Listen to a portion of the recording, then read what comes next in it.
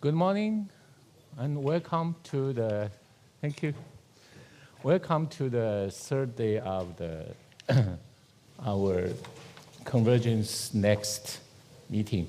My name is Feng. I work at the Oslo Metropolitan University, and I will be the moderator of the first session.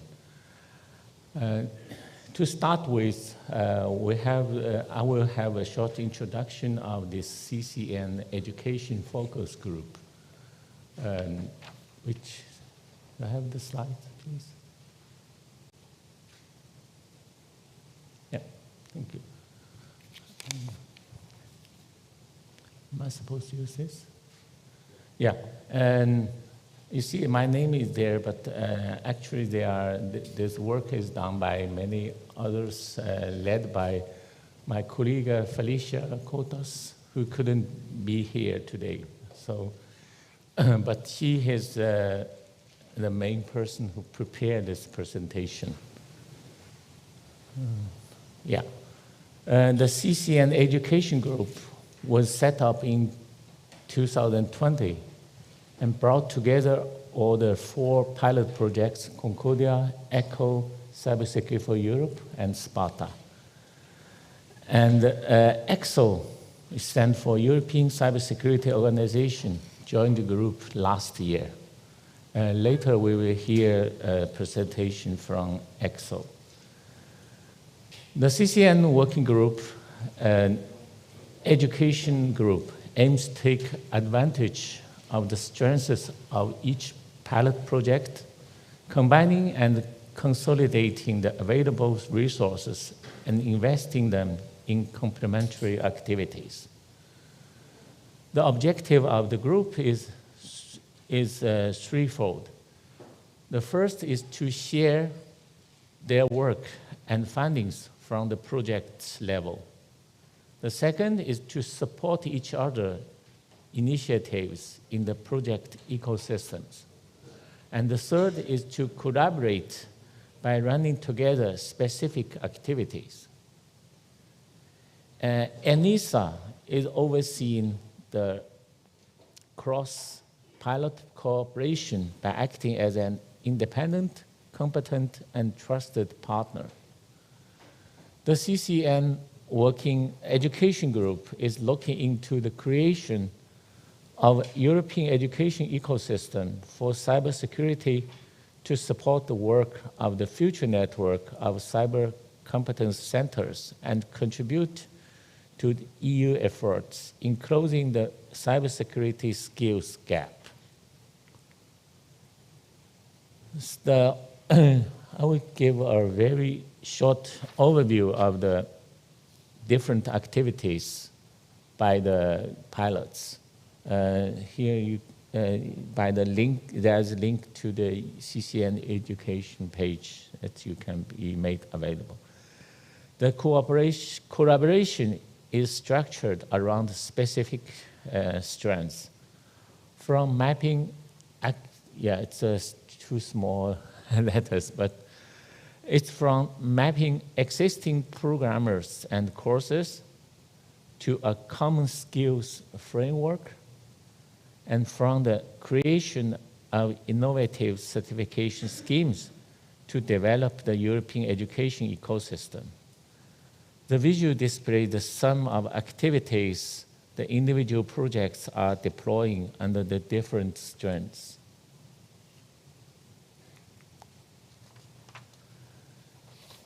Yeah. In concrete terms, the collaboration within CCN Education Group was materialized under the following outcomes. One is mapping the existing cybersecurity-related courses. SPARTA and Cybersec for Europe, they make contribution to the ENISA database, CyberHead, with more than 100 master's and PhD programs. While CONCORDIA maps the courses of cybersecurity professionals was cross-linked to CyberHead since it's providing complementary information.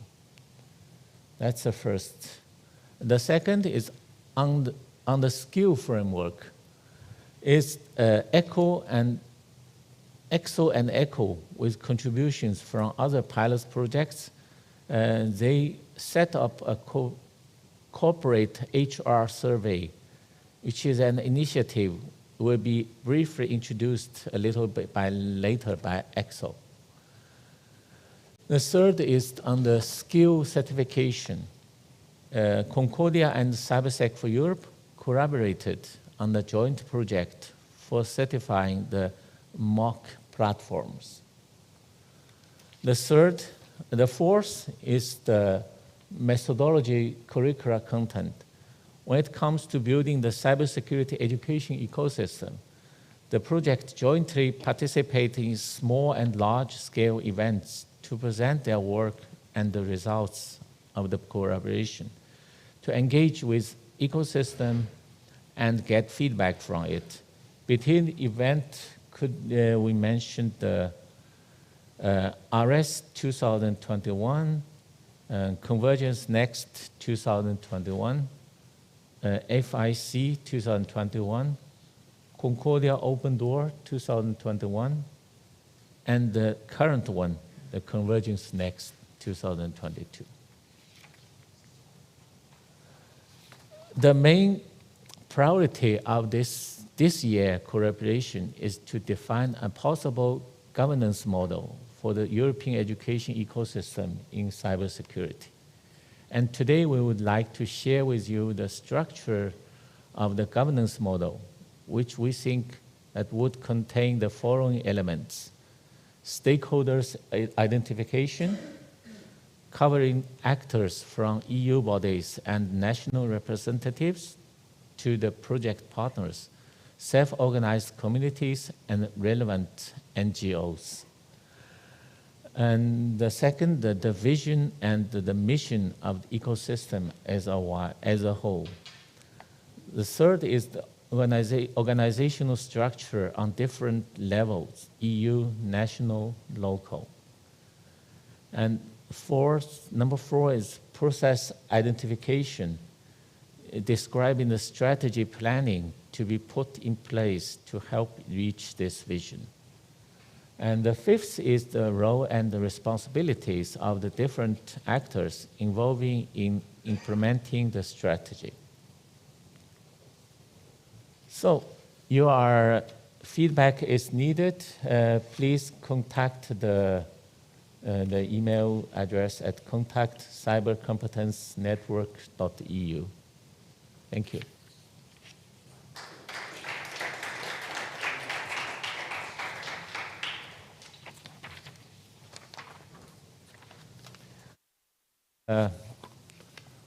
We go over to the first session.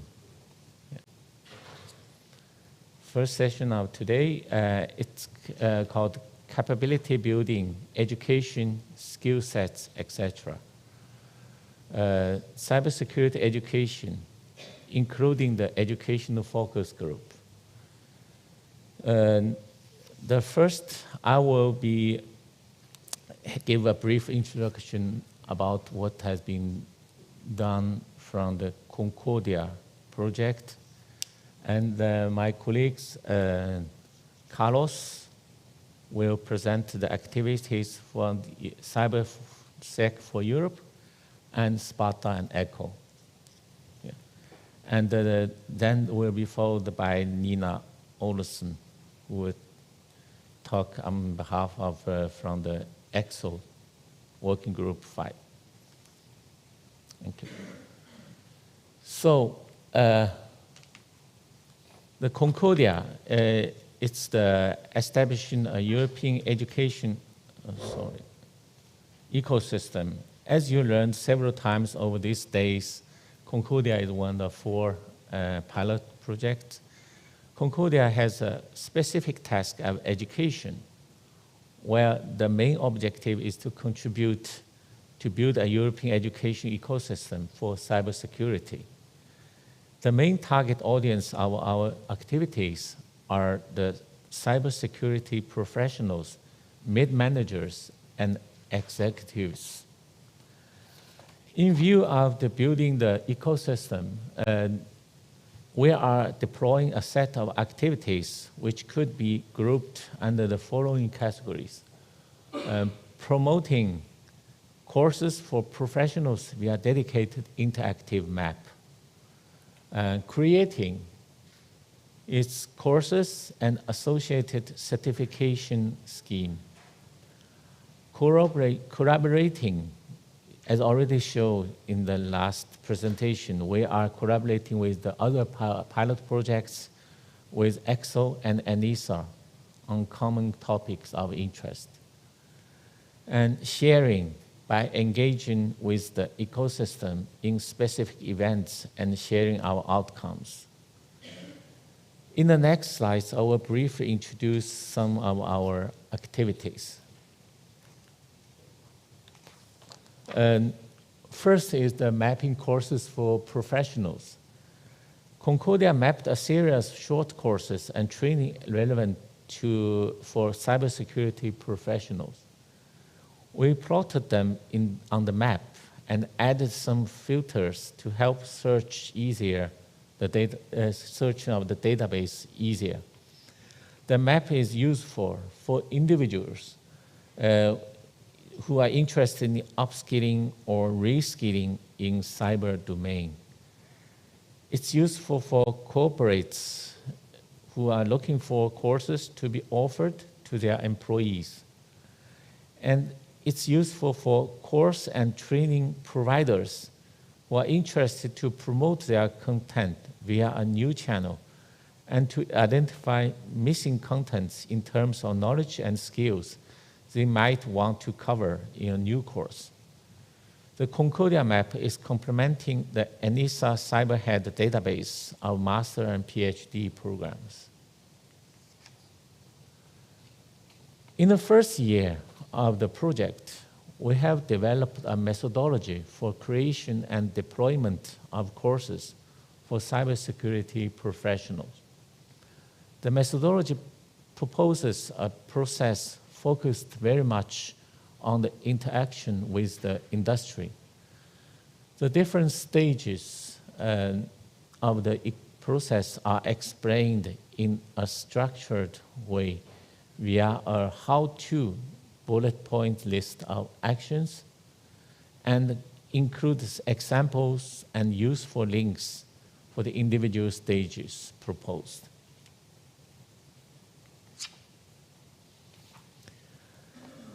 Based on the methodology, we developed a course targeting the cybersecurity consultant role profile at the medium level here. The course is deployed in 2 steps. The first is an online module hosted on Coursera platform and covering mainly theoretical concepts. The step 2 is a live event over 3 half-days, during which the participants are involved in a series of hands-on exercises.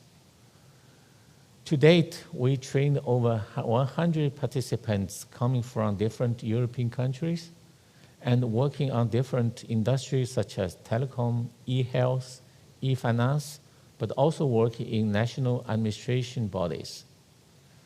The next course is intended to be run in October this year. Next is under the project, we have developed the C3 by Concordia certification scheme for the cybersecurity consultant role profile. It's also a medium level course. And the certification exam consists of a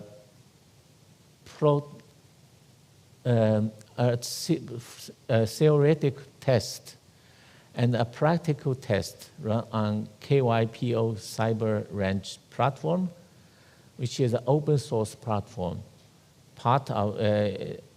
which is a part of the Concordia project. As we speak, we are closing the registration for the 3rd certification exam, for which we have received 65 applications. So I'm not expecting you to be able to read all the small text, but just showing this, just said Concordia put forward a cybersecurity roadmap, which by identifying challenges Europe is facing in the domain and proposing a set of actions aimed at taking the respective challenges. And we took a holistic approach, having in mind the global aim of European digital sovereignty. The education related to, chapter lists 10 challenges related to the cybersecurity professionals and put forward 11 recommendations which we consider could contribute to solving the challenges. The image on the left illustrates the contribution of different recommendations to challengers. And the image to the right depicts the actors who, in our view, should implement the recommendations which are in blue, and the actors directly impacted by the recommendations marked in yellow. We also propose a timeline for the implementation of the respective recommendations, which are marked in green.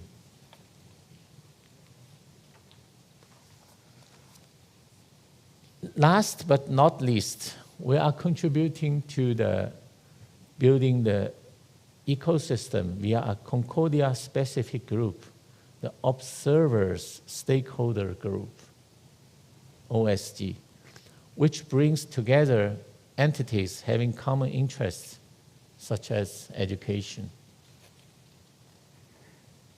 So let's conclude my presentation, and you can contact us by using the email listed here. Thank you.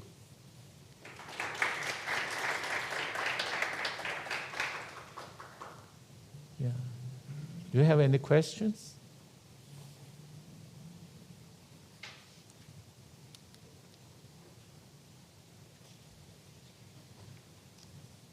Okay, and you can ask later also. And then I gave the word to my colleague, Carlos E. Budde from CyberSec for Europe, and he also introduced something for the other projects as well.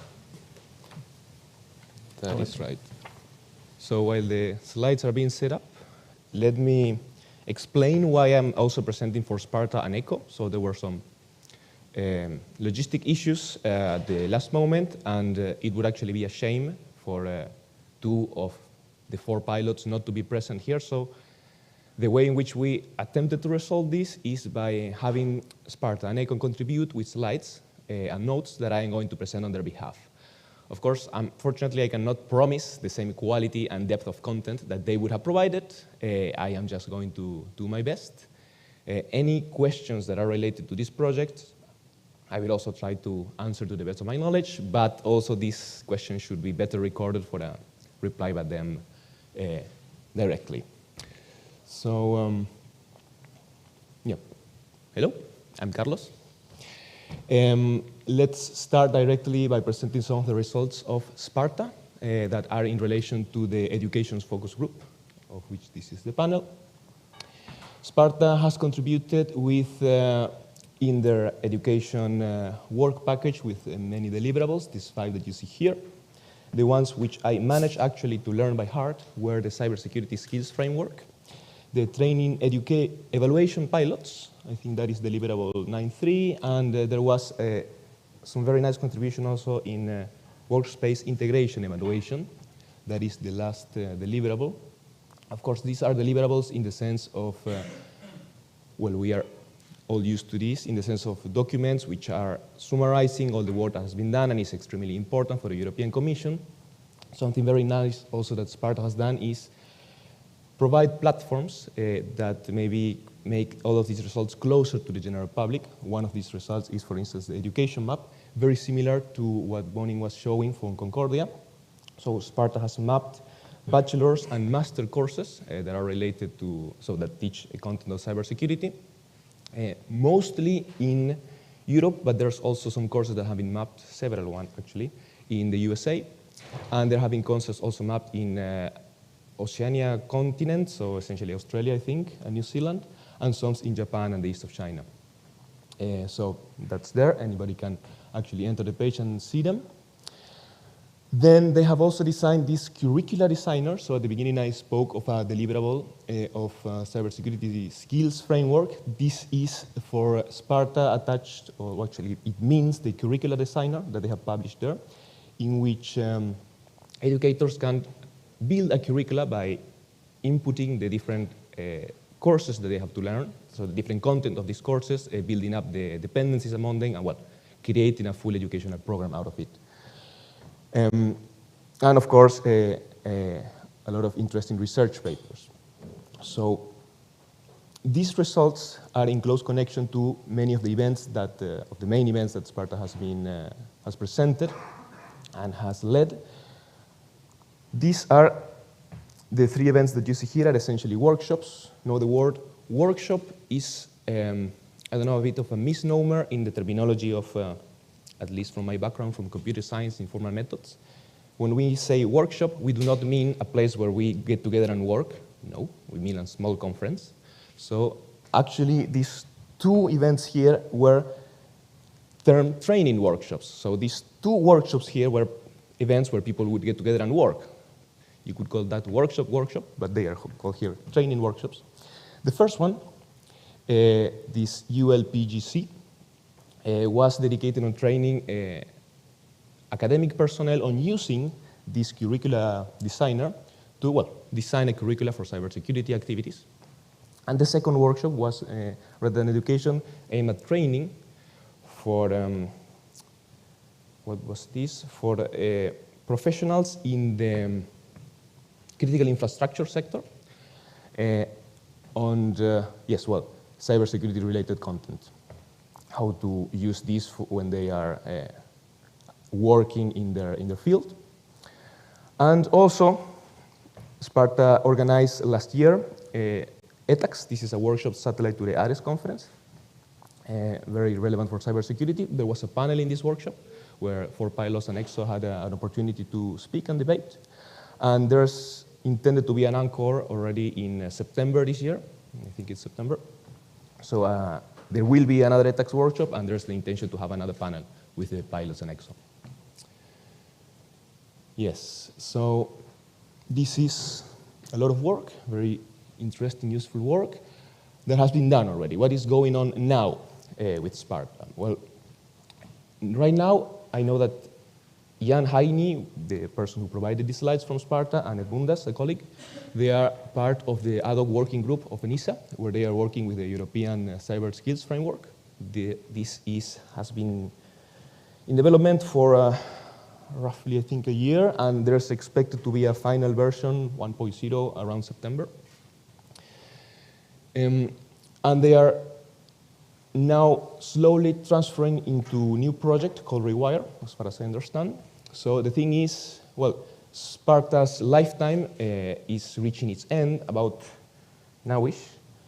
So SPARTA was intended to finish in January. They had, it was intended to finish in January, and they had an extension until June. The work package on education actually did finish all the tasks last year, at the beginning of this year, but they have been continuing in connection in the education focus group for activities like this one. And now things are being transferred, so knowledge is being transferred. The same partners are going to, or many of them, keep working on Rewire, which is, in a sense, a successor of what SPARTA has been doing there, so that expertise and knowledge is not lost, but continues. Okay. So much for the developments and content of SPARTA regarding education. Let's now turn a little bit to ECHO, where Pavel has also provided a slide. So From the perspective of ECO, education was approached in a three-stage manner. In the first stage, they were developing skills framework for specific sectors. So as you have seen around this conference, the main sectors of ECO have been energy, healthcare, and maritime transportation. So in the first stage of their approach to education, they, for each of these specific sectors, which has, of course, specific assets and challenges and risks, they use competent assessors. This, in our terminology, by or I mean cybersec, we call it frameworks, but essentially it's the work published by the NIST Institute in the United States called NICE, also the JRC framework, and I think there was also something used by them on CyBOK. This is a British framework, which tries to create a taxonomy, a categorization of the skills that are relevant for cybersecurity. So in this first stage, for each of these sectors, ECO has been trying to determine for the skills that are relevant for cybersecurity, which are the ones that are more properly suited for healthcare or for maritime transportation. Now, once that is clear and set up, they can go into the second stage, where ECO develops a curricula to train the professional personnel of each of these sectors in a manner that best suits the need of the professionals there, which is then evaluated in the third and last stage with the professionals themselves. So once they have a proposition of a curricula which was designed together with part of these professionals, they do a feedback loop and try to assess, in discussions with the professionals of each of these sectors, whether this is suited to their needs, and also whether this is addressing, from the professional perspective of cybersecurity practitioners, if this is properly covering the intentions that they wanted to actually fulfill with this curricula.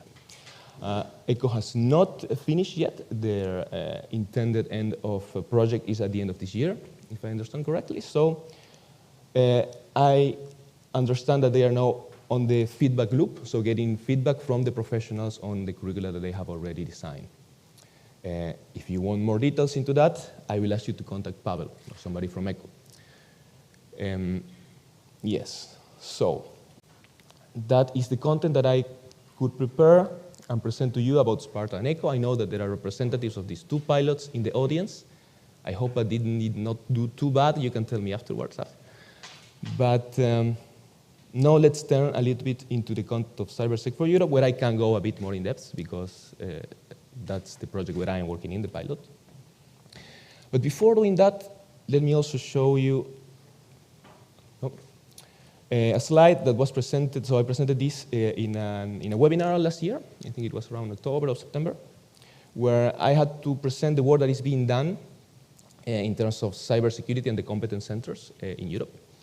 So because this is the panel for the education focus group, right? So now we have been seeing individual presentations for each of the pilots, but as Bonin clearly emphasized at the beginning, this focus group is intended to merge these efforts together and have us producing something together and collaborating and keeping very well in touch, so creating, how was this called? Is this a community or an ecosystem? Let's say an ecosystem. But this is clear from the start of the focus group, right? So this is not something that appears at, let's say, at last moment as an excuse or as a nice thing to have. No, this, we have been keeping in touch for a long time, and this was the intention. So I just don't want to lose focus on that when I present now the cybersecurity, the CyberSec for Europe content. I'm going to give a second iteration on these connections anyway. So, well, CyberSec for Europe, what have we been doing in terms of education and capability building? Concordia was, for instance, majorly concerned with the medium level, so schools, high school. Then ECO was a bit more dedicated to perhaps the industrial sector. In that sense, SPARTA and cybersecurity are more dedicated to the, how do you say, academic sector or university sector. So we are mostly looking at bachelor's and master courses taught in university, but that's not it. We have also cooperations in MOOCs, so that would be massive open online courses. So one of the main interests there was on the break of the pandemic that this is something that can be taught, of course, without the presential participation. So that became extremely popular. So that just raised the stakes and called a lot of people into working in MOOCs. So they are per se, before pandemics even, a very nice alternative to presential courses. They provide many solutions. One of the issues that they have sometimes is that of the certification. So which is the institution providing the MOOC? How is this valid? How does this cover content in a manner that is useful to a specific sector in industry? So studies on MOOC certification, they were conducted by some of our partners. And this is one of the things we have been paying very much attention to in Cybersec for Europe. Now, more lately, we have been also paying some attention to serious games as an alternative to teach some different skills, for instance, social engineering skills, which are extremely important in cybersecurity, as you know. So you can have all the encryption you want with two-factor authentication, etc. But if you are not resilient to shoulder surfing, then they will learn your password there. There are some things that you have to learn differently, and to teach that kind of content, sometimes courses in the traditional sense, or even MOOCs, are not the best suited option. Sometimes things like serious games, which actually have you participate, they give you a role, they put you in the shoes that you will be in when you're working. Sometimes that can cover certain aspects of education that are also extremely relevant, especially when the human factor is such a big problem in cybersecurity. So that's also something we have been doing. Cyber ranges, the very popular, very useful cyber ranges that insert knowledge directly into the people that are going to then be defending a community, a company against DDoS attacks or man-in-the-middle attacks or anything you want. So we have organized 2 cyber ranges in cybersecurity. We call them flagships. The last one was this January. And then comes also the, I hope, very relevant question of the utility and validity of any kind of courses or content that one is designing in terms of how does this education actually match the needs of the industrial sectors or companies that are actually going to use the workforce that is produced by this curricula that we are designing. For that kind of questions, many of the pilots, ECSO as well, have been designing what we call skill assessment framework or educational frameworks, where we have a taxonomy of the skills, of the competences that are relevant for cybersecurity in general.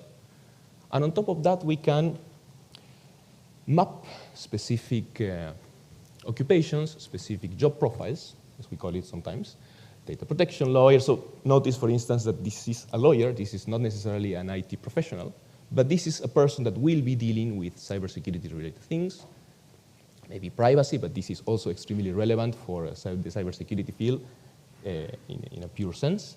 And also, of course, jobs that are related to IT, software engineering, IoT security manager, some SOC team member.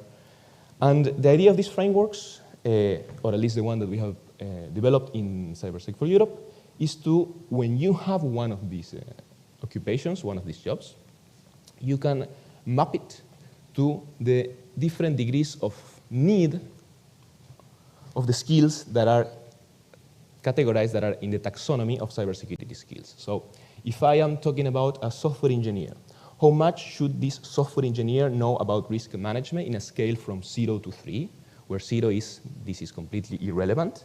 3 means I need advanced knowledge, and you have the range in between. So the idea is that experts in the field, so this requires expert input, knowledge from people who are working here, can assess to which degree does a software engineer require skills in risk management, right, from 0 to 3. And then also, to which degree does the software engineer require skills that are related to network architecture, and so on, for a series of skills that are relevant for cybersecurity.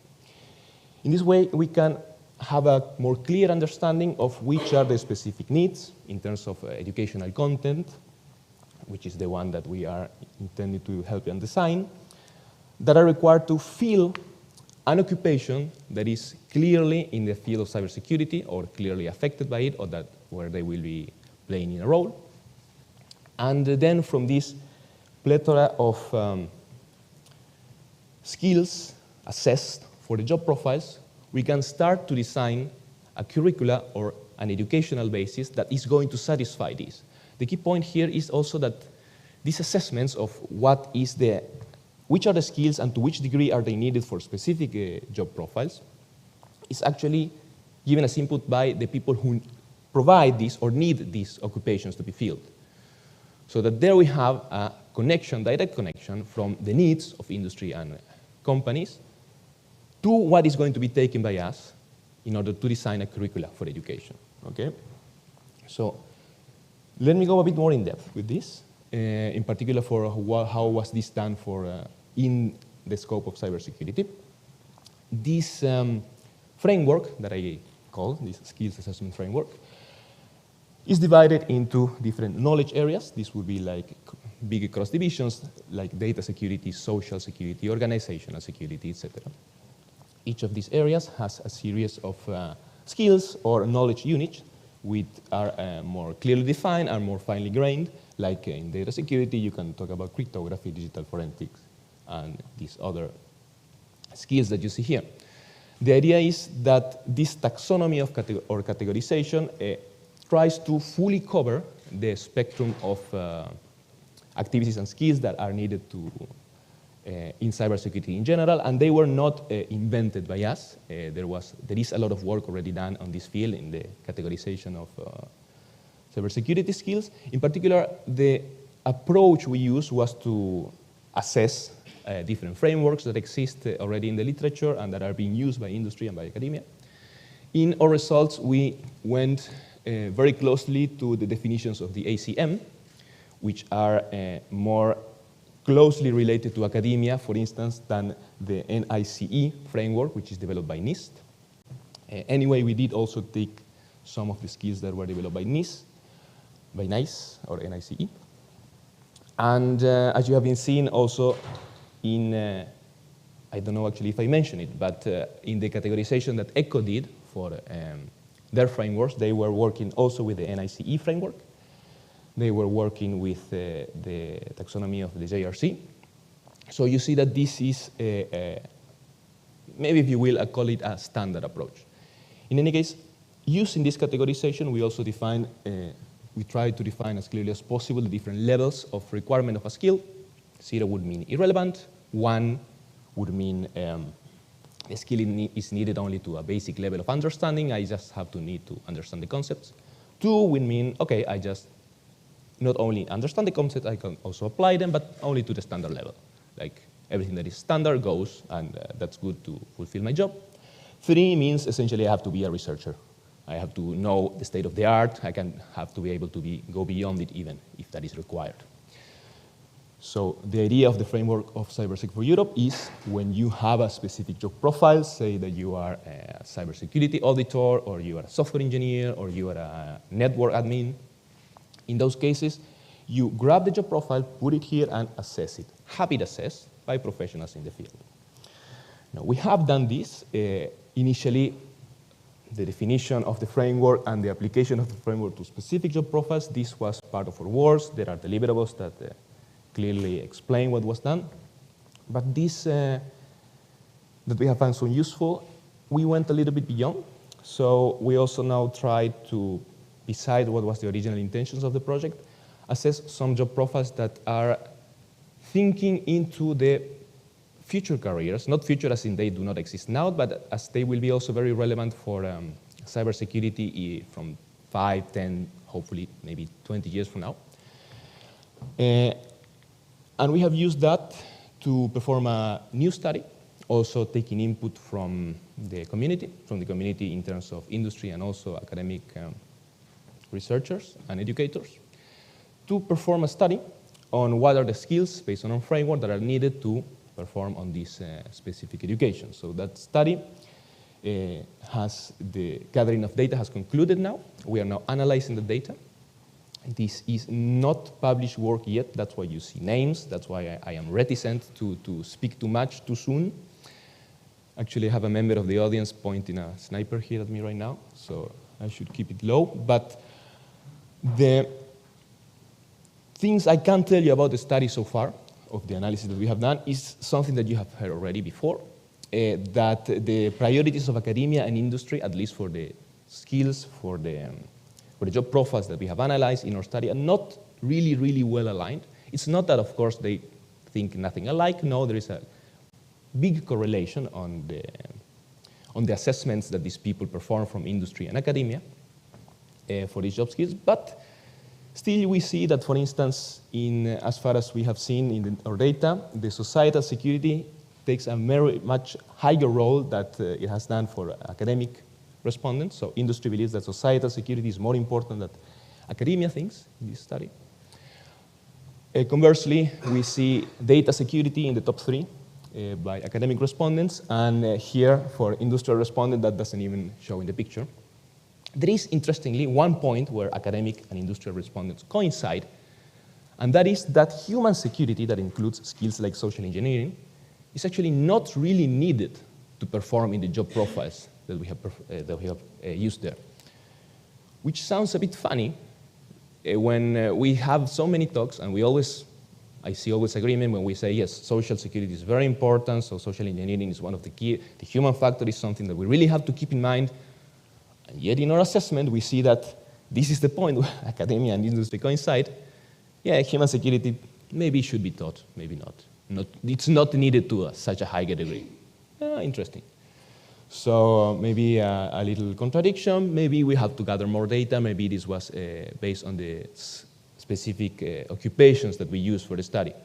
We are still analyzing these, results coming soon, hopefully. But yeah, so to show you a bit, this is more or less a snapshot of the work that has been done by Cybersec for Europe in education, and that continues to be done up to this point. But then again, as I anticipated before, I don't want just to talk about the contributions, the individual contributions of the pilots and ECSO, because this focus group was intended to make these contributions a whole, to not only keep in touch, but also, converge together into something that has a specific direction and that can contribute something to the community or the ecosystem of cybersecurity in Europe. So what are the lines that I can draw to connect these points that we have seen?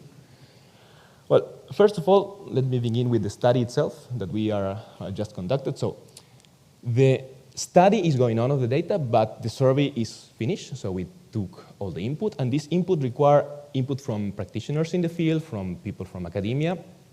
This is a large community relatively, but always when you ask a survey, specifically if the survey means we have 52 skills, I think, in total in our framework, divided into 9 knowledge areas. So imagine that then we had 6 occupations to assess. Yes? So if you are a participant of this study, then for each of these occupations, you have to decide for each of these 52 skills, which is the required degree of the skill for that occupation. So you have to understand the occupation, you have to understand the skill, you are an expert in the field, you will have some understanding, and then you have to assess to which degree the skill is needed for the occupation. It's heavy work. It's not a survey that you can do in 5 minutes. It's a survey that you can do in 15, 20, maybe 30 minutes. So it's kind of heavy stuff. It's not so easy to get respondents from that. How can we manage? Well, we have 43 partners, right? So if we have 43 partners, I think I'm not missing anybody. Kai will tell me afterward. In the group, well, then we could have 43 inputs at the very least. Not so much. You know that when you go and do a survey in a field study, the expected amount of responses is 10%. So that would mean 4, 5 respondents. So how can we actually gather input? Well, that's one of the main things that the focus group is intended for, to keep in touch and help each other and say, okay, we are doing this study, we are having this event, let's be aware of each other, let's lend a hand to each other. That is really one of the main things. That's how we work as a community. So thanks to our brother pilots, ECO, CONCORDIA, SPARTA, for also helping in these kind of studies. It's not only that we help each other, but we also progress on the outcomes of each other. So quite recently, ECSO, maybe Nina has something to say later about this, has released their minimum reference curriculum. It's a very thoroughly written piece of text about subjects that can be taught and probably should be taught in the scope of cybersecurity. And one of the best things of the document is that it does not only describe very nicely what the subject is, but it also gives you suitable job roles that you could get for the subject. So what we did for the study that I have been talking about is to actually take a job role from here, matching the subject, and put it into our study to see which are the skills, according to our framework, according to the evaluation of the community, that are needed to perform in that role. So in that sense, we also use directly the work produced by each of us in order to, well, bring something together that is integrated, that makes sense in itself, that is cohesive. So our job profile study was working also with two of the job profiles that we take from the minimum reference curriculum of ECSO. And then also something to mention, because this has been going on about collaboration, is that part, and actually not a small part of the focus group, is to not reinvent the wheel. So not to do the same. If this pilot is doing this, well, I look aside and I do the same and I try to sell it. No, the idea is to be complementary. If they are covering this part of research or of implementation or of training, then maybe I can do something else that complements this part that they are doing and presents to the European Commission and to Europe and to the world something that is more broadly covering the scope of cybersecurity.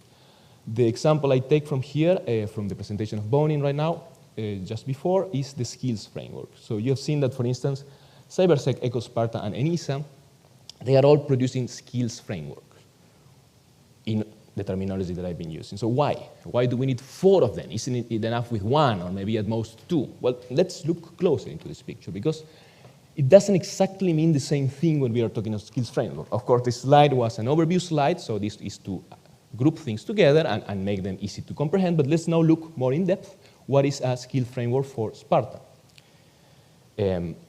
So when I was describing the cybersecurity curricula designer that they are using, that's part of what they call the main part of skills framework. So this is very closely knit to educators, to academia. So this is a tool that we can use when we have clearly defined the needs and the content of the scope, to define a set of courses which are going to be interrelated, that you will need this dependency to satisfy this other thing, and then in the end get some certification that you have done as cybersecurity education, okay? So these kind of tools are extremely close to the educators themselves, and they help in designing the curricula itself. That's from the perspective of SPARTA. Then if we go to ECO, then what ECO has is, well, remember they are very dedicated to industry, their studies, to these 3 sectors, the maritime, the healthcare, and energy. So what they do is they define for using these competences assessors that exist, the ENISA, ECO, GRC.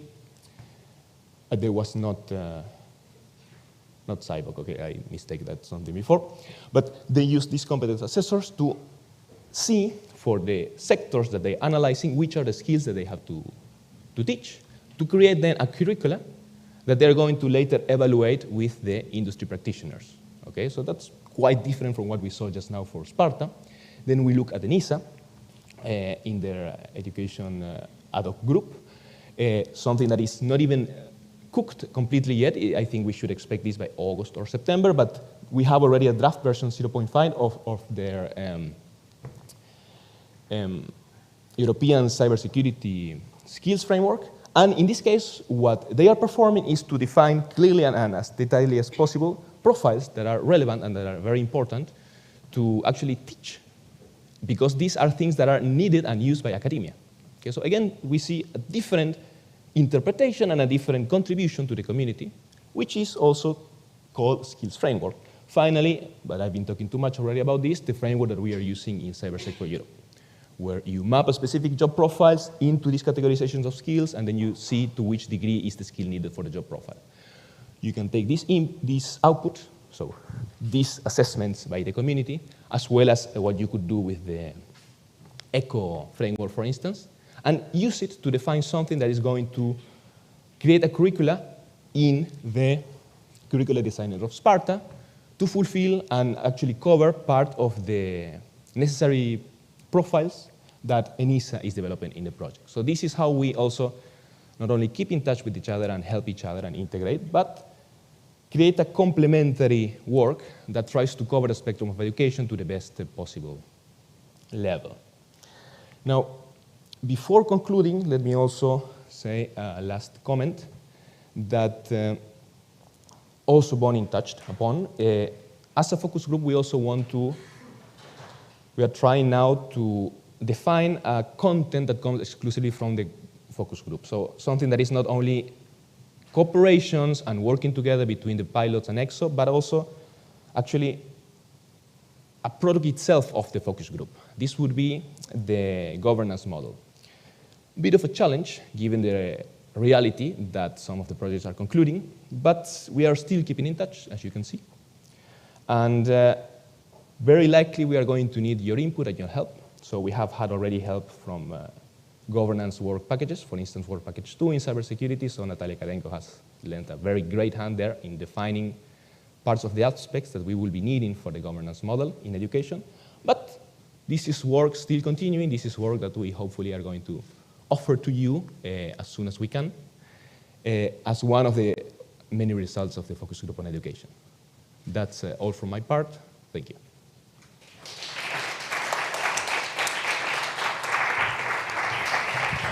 Thank you, Carlos. I just want to know if some questions from the floor.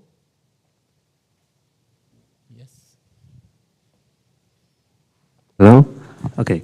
Carlos, thank you very much for this presentation. I've enjoyed a lot, really. I mean, it's been like an overview of everything put together, also which one is, I'm very excited about this.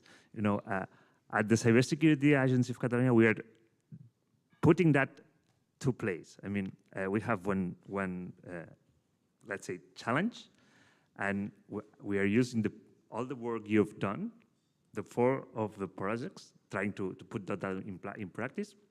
And this is, I mean, I'm just looking here for help on doing that, right? What we're trying to do is we are getting these frameworks you've presented today, and we have to, we've developed one, I mean, we've deployed one of the tools you've created, that's Skype. We put it in place, and we're now trying to assess the technical capacity our people, I mean, the people that we have inside, that we have in the organization, can have to perform on the SOC operations activity, our own SOC. So we are trying to make an exam, let's say an examination, to all them, to know what do we have to form them on. So what training do they need so we can perform better? Okay, so we are trying to close the loop just internally. And we've deployed the Kaipo tools. We are now developing the scenarios to test these frameworks, I mean, these skills. But of course, we don't yet have the skill framework.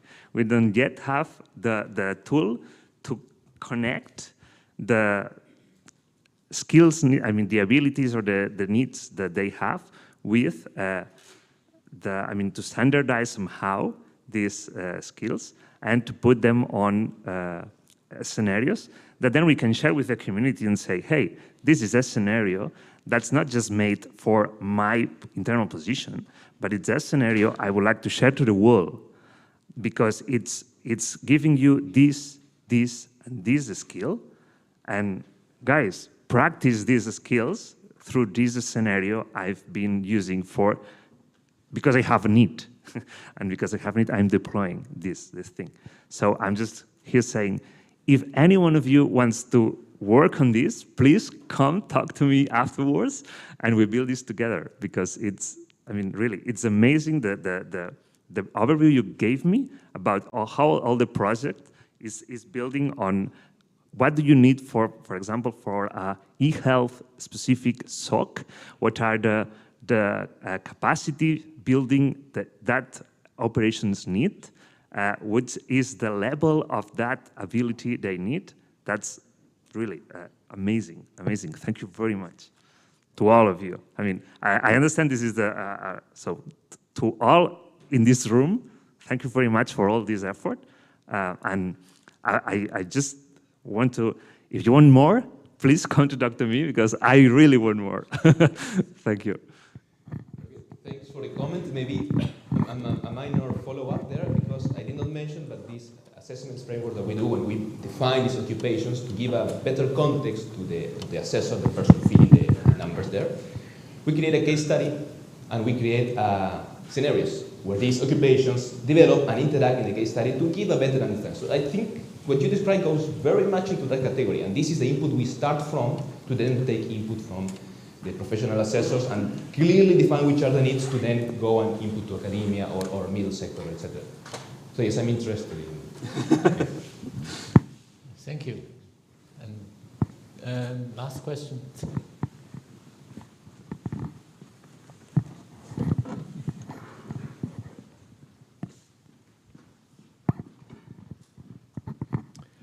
Yes, Afonso here. So thanks, Izard, for these very nice words. Thank you.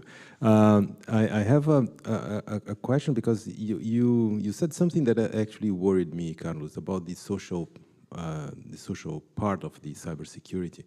If I understood correctly, you said that we keep on saying that this is the weak link, so this is very important. So to educate the user.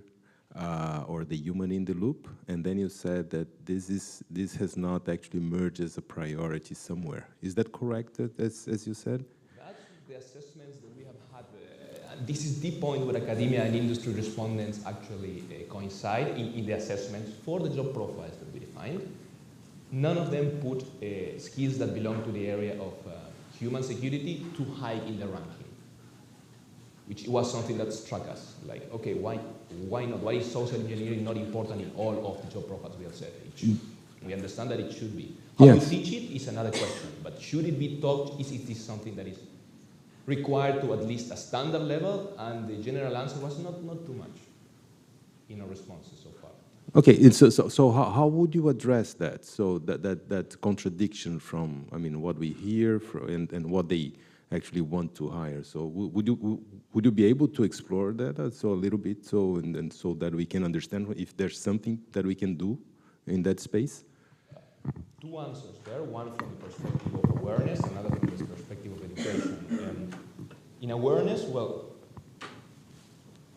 there I am at a loss. I am lost of words because I keep hearing that humans are one of the main problems in the sense that we have phishing, we have any kind of social engineering you may think of, and they are usually one of the main aspects on which enough data is leaked to make a breach and then create a big cyber attack.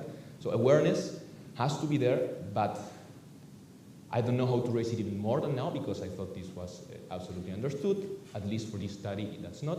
From education, at least I have a more optimistic and positive answer, which is, we talked before about serious games. I think this is one of the things that perhaps should be included into a necessary curriculum. So people are already aware from maybe middle level, because games, that's also very interesting to everybody, especially to younger people. Already there, make some exercises on where they do not have to steal your password and you are aware of it. So this falls more perhaps into the category of a game. That's why courses could be at a hard point to teach these kind of skills. Serious games are ideal to teach these kind of things. If we could include that earlier in the curricula of people, maybe this solves also the awareness issue, wishful thinking. Thank you. We have time for the last question from Kai.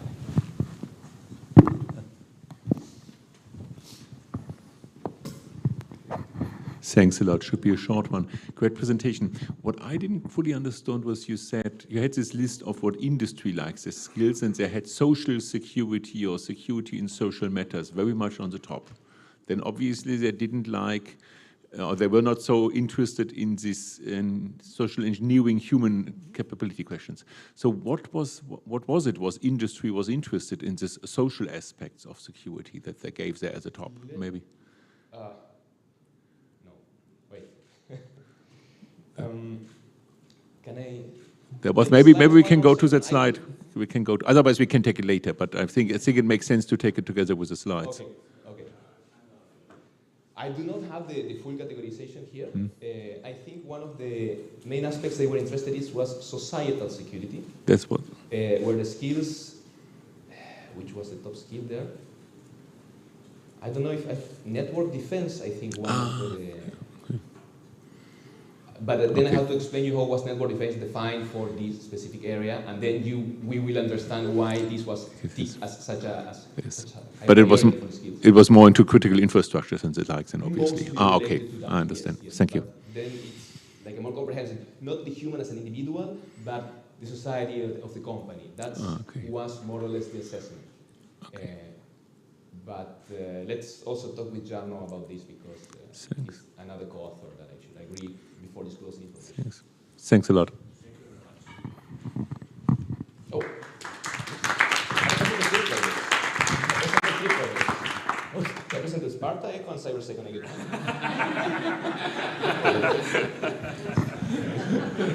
Good try. Thank you. Now it's give word for the last speaker, Nina from ECSO, Working Group 5. Yeah, thank you very much, morning. Thank you first of all to the organizers for inviting me and for the really interesting agenda set up these past 2 days and today. Thank you to the audience for sticking it out and being with us this morning. I'm well aware that I'm between you and coffee. How much time do I have, Vicky? Okay, so we're good. Okay, I can do that. I can do that. So I see some familiar faces, but for those who don't know me, my name is Nina Olesen. I work for the European Cybersecurity Organization based here in Brussels, and there I'm in charge of supervising and coordinating the activities of 2 of our working groups, one being the Working Group 3 on cyber resilience of economy, infrastructure and services, and the other one is Working Group 5 on the education, training, awareness and cyber ranges, and that's obviously why we're here today. There we go. You probably might have heard from our Secretary General Luigi a couple of days ago, so maybe you already know a little bit about ECSO, but just for a brief introduction. So ECSO was actually established in 2016, at the time with the aim of being the private counterpart to the European Commission in the contractual public-private partnership on cybersecurity. Now that's a partnership that ran from 2016 to 2020, and so it has obviously finished by now, but what we've been doing since then is kind of build on the different successes and initiatives and outcomes from those 4 years, and we continue to partner with the European Commission and trying to support, the development of the ecosystem and the development of the European Cybersecurity Competence Center and the NCCC as well. Just so you can see there, we represent pretty much all kinds of category of stakeholders in cybersecurity. So you got everything from large companies to SMEs to regions, and we even actually have national public administrations in our membership. So you could even say that ECSO is a little bit public-private in its own right as well. We started out with 132 founding members, if you will, and today we're just over 275 members, actually. Now, maybe I wanted to first of all, just to give you an overview of the working groups that we have today in ECSO. So this is how we structure our work. Obviously, today we're here in the context of Working Group 5 on the education, training, awareness, and cyber ranges. So the aim of Working Group 5 is really to contribute towards a cybersecurity capability and capacity building effort for a cyber-resilient next-gen digital Europe, and this is done through increased education, professional training, skills development, as well as actions on awareness raising, expertise building, and gender inclusiveness. What you see here are the sort of what I would say the 5 main pillars of our work, or within the Working Group 5, but also certain spin-off initiatives. So we work on cyber ranges, looking particularly at showcasing what kind of cyber ranges and cyber range-enabled services are out there, so from the provider or vendor side, if you want. But then also at the same time, working to support the end user and help them best select and acquire cyber ranges as well. So we do a lot of work there, and we're currently working on some procurement guidelines that we hope to be able to get out and publish soon. Then also we work on various activities to support the education, training, and HR, and that's what I'll be speaking a little bit more about today. Also raising awareness in general for the individual user, the end users, the general population, of course. We have a cybersecurity awareness calendar that we run every month. And then you may have heard of our Women for Cyber initiative. Well, actually today it's a foundation, so it's a legal entity in its own right. There we're really working to promote the gender inclusion in the field, but also trying to attract more experts to the field by bringing more women in and raising the interest of young girls as well in the cybersecurity field.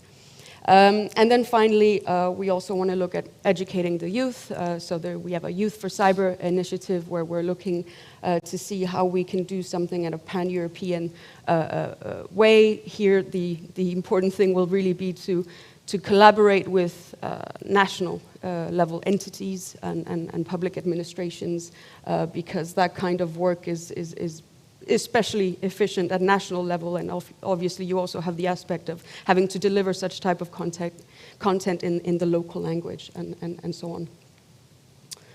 So if we go to concretely the collaboration with the pilots, so a few things have already been mentioned well today, but what I can just point out, I mean, obviously we joined the education focus group last year or at the end of 2020, I can't quite remember, but we had already kind of started the collaboration informally anyway. There's 2 concrete things that we collaborated on. So first of all, in 2019, we conducted a survey to assess how organizations in Europe actually address competence development through simulations and exercises and so on. And so we really wanted to understand what are organizations actually using this, and if not, is there an appetite or motivation towards using those type of solutions and tools, and then also to try and understand how we, as the cybersecurity community, could deliver solutions to better fit the needs actually of these organizations in raising their own cyber resilience. So we wrote a report on that, and it's available on the ECSO website and certainly also the CCN website, so you can have a look there. But more recently, and this was already mentioned as well today, we actually released a report in December of last year entitled Understanding European Cybersecurity HR Recruitment Processes, and this is a report kind of explaining the outcomes of a survey that we conducted over 2 months last year, again in collaboration with the 4 pilots. And really the aim was to understand what were the main issues facing the recruitment sector, but also trying to understand how they attract, recruit, and retain cybersecurity staff. The report also gives some recommendations based on that, on how we, again, as a cybersecurity community, could better support the HR or recruitment sector by, developing things like a dedicated HR toolkit, but also just having regular exchanges between the cybersecurity industry and the HR community. And one of the things we did actually as a follow-up as ECSO was we organized a webinar in March to try and link these 2 communities and discuss the outcomes of the survey and trying to understand a bit further the needs. And we also kind of further polled the attendees during that webinar, and one of the main priorities that came out from the HR recruitment sector was really the need for a common cybersecurity skills framework. So I think that certainly the time is ripe for ENISA's cybersecurity skills framework to come out. There's definitely a need there. But also in building a kind of knowledge pool between the cybersecurity industry and this HR community, understanding the needs of the cybersecurity professionals themselves, so going beyond just what are the salary expectations, it's more than just money, that was also indicated as most important. So maybe I'll just go through quickly. So this is just to give you an overview, again, of the purpose of the survey. which I already mentioned. So we had 44 respondents, so a little bit low. I think it kind of shows probably that certainly at that time, as a topic, it was still a little bit niche, and people were maybe wondering, you know, am I the right profile of employee within my organization to respond to this survey? But nevertheless, we cracked on, and we really tried to analyze the results and try and glean something meaningful from it, to at least use it for a foundation for further work in this area. So maybe I just wanted to highlight, you know, some of the main results that may be interesting. Again, the full report here also is on our website and on the Competence Center Network website as well. So all the respondents actually indicated that they have some type of dedicated cybersecurity team. This maybe is unsurprising considering the fact that most of the respondents were medium to large organizations. I think if we had other smaller entities, that may not have been the case. But anyway, it's good to see, of course. And then also, a large majority also said that they have a dedicated recruitment department. Some of them manage it directly in-house, of course, but others will also use a combination of in-house and outsourced agency research as well. Moving on the roles. So this was pre-ENISA skills framework in the sense that we didn't use the ENISA profiles that are now being worked on and finalized. This is based on the kind of common taxonomy between ECSO and the pilots. We came up with a list of what we considered sort of the main roles.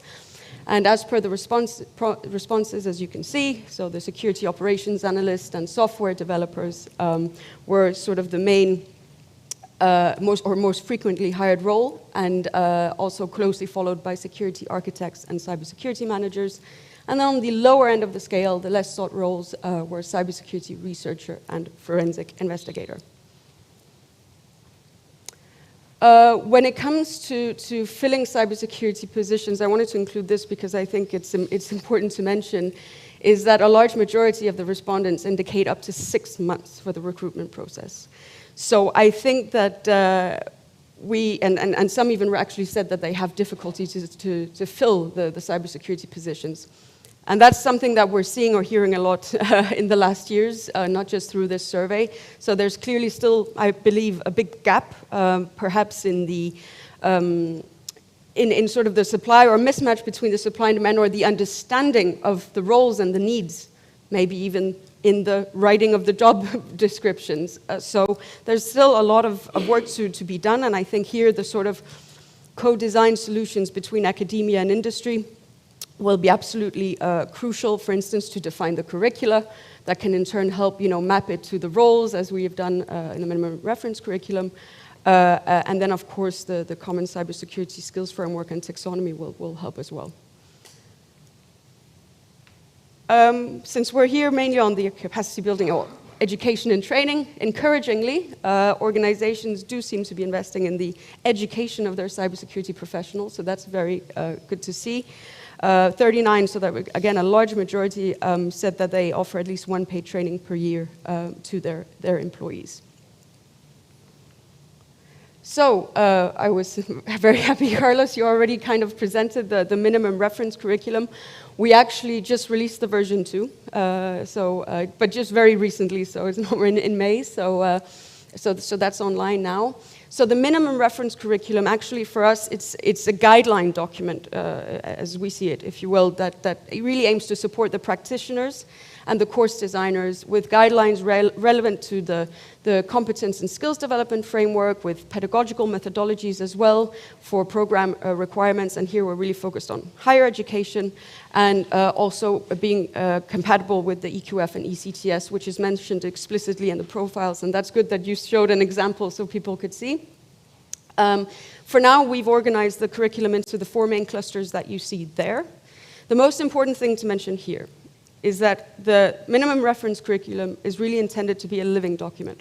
We're going to be updating this every 6 months, and this is why the first version was November last year. We just released version 2.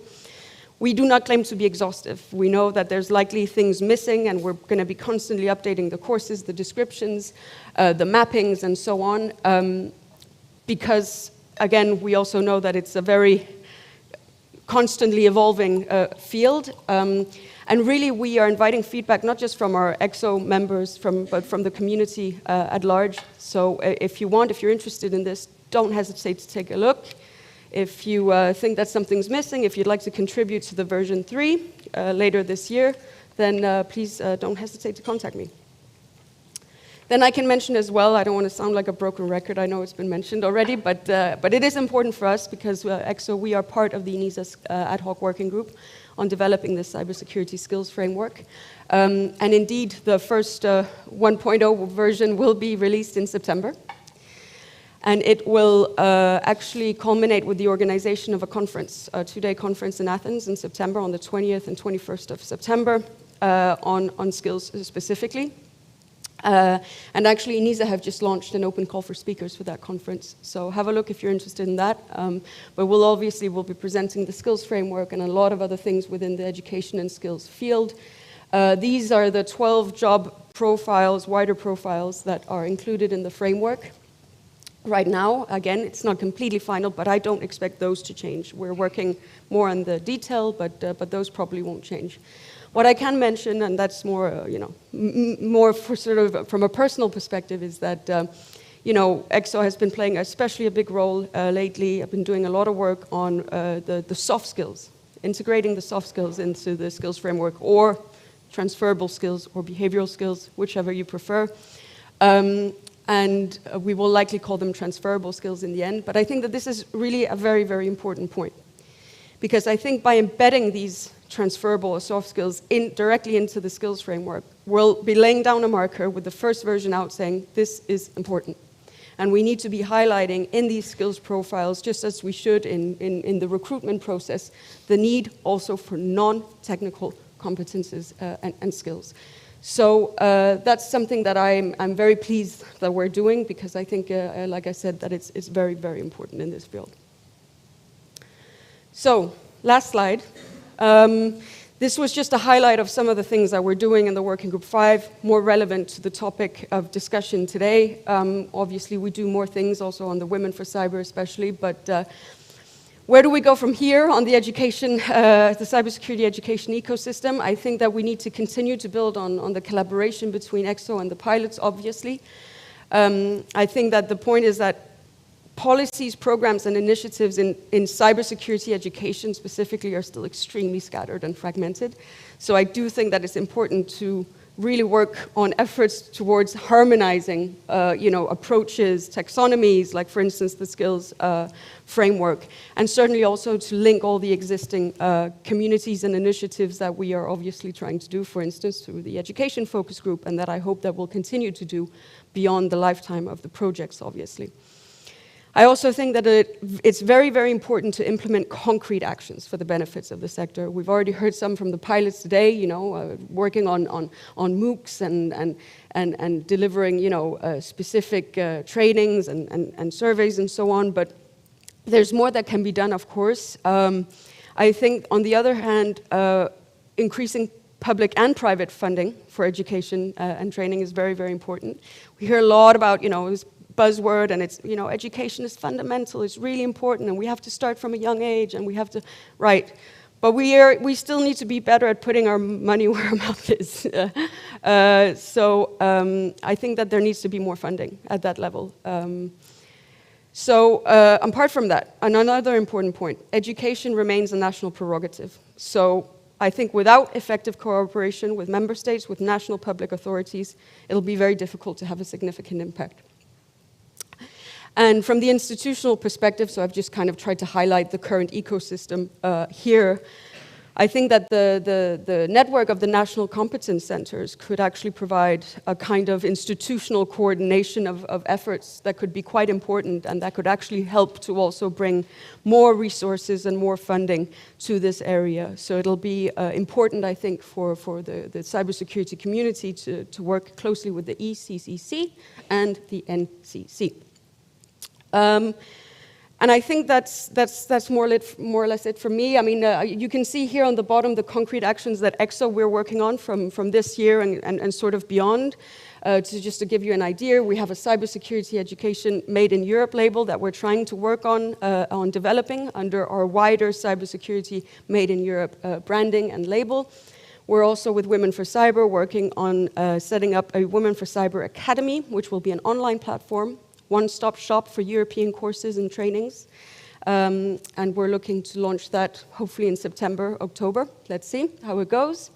And then beyond that, also a collaboration between ECSO and Women for Cyber will be the establishment of a European cybersecurity job platform. And then, of course, also, like I said, the Youth for Cyber will be a concrete endeavor as well in the coming years. But those things, the main message I would say is that we cannot do it alone. So we will continue to rely heavily on our collaboration with ECSO members and the entire cybersecurity community. So anyone who wants to work with us on this, we are very open to collaboration and to hearing from you. And I think that going forward, this complementarity between ECSO and the pilots and the wider institutional framework and ecosystem can really provide some effective and concrete results already in the short to medium term. And I think that's thanks to what has already been started in terms of initiatives and tasks. So with that, I'll say, let's continue in the spirit of collaboration and let's try and work together to increase a little bit the efforts in this education, cybersecurity education domain. And I'll be happy to take any questions now or in the coffee break. Thank you very much for listening.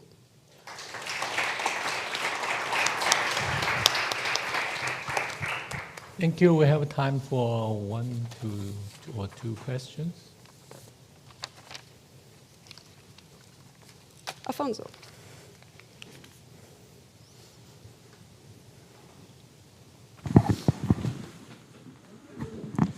Thanks, Nina, for this very nice presentation. So it was very clear.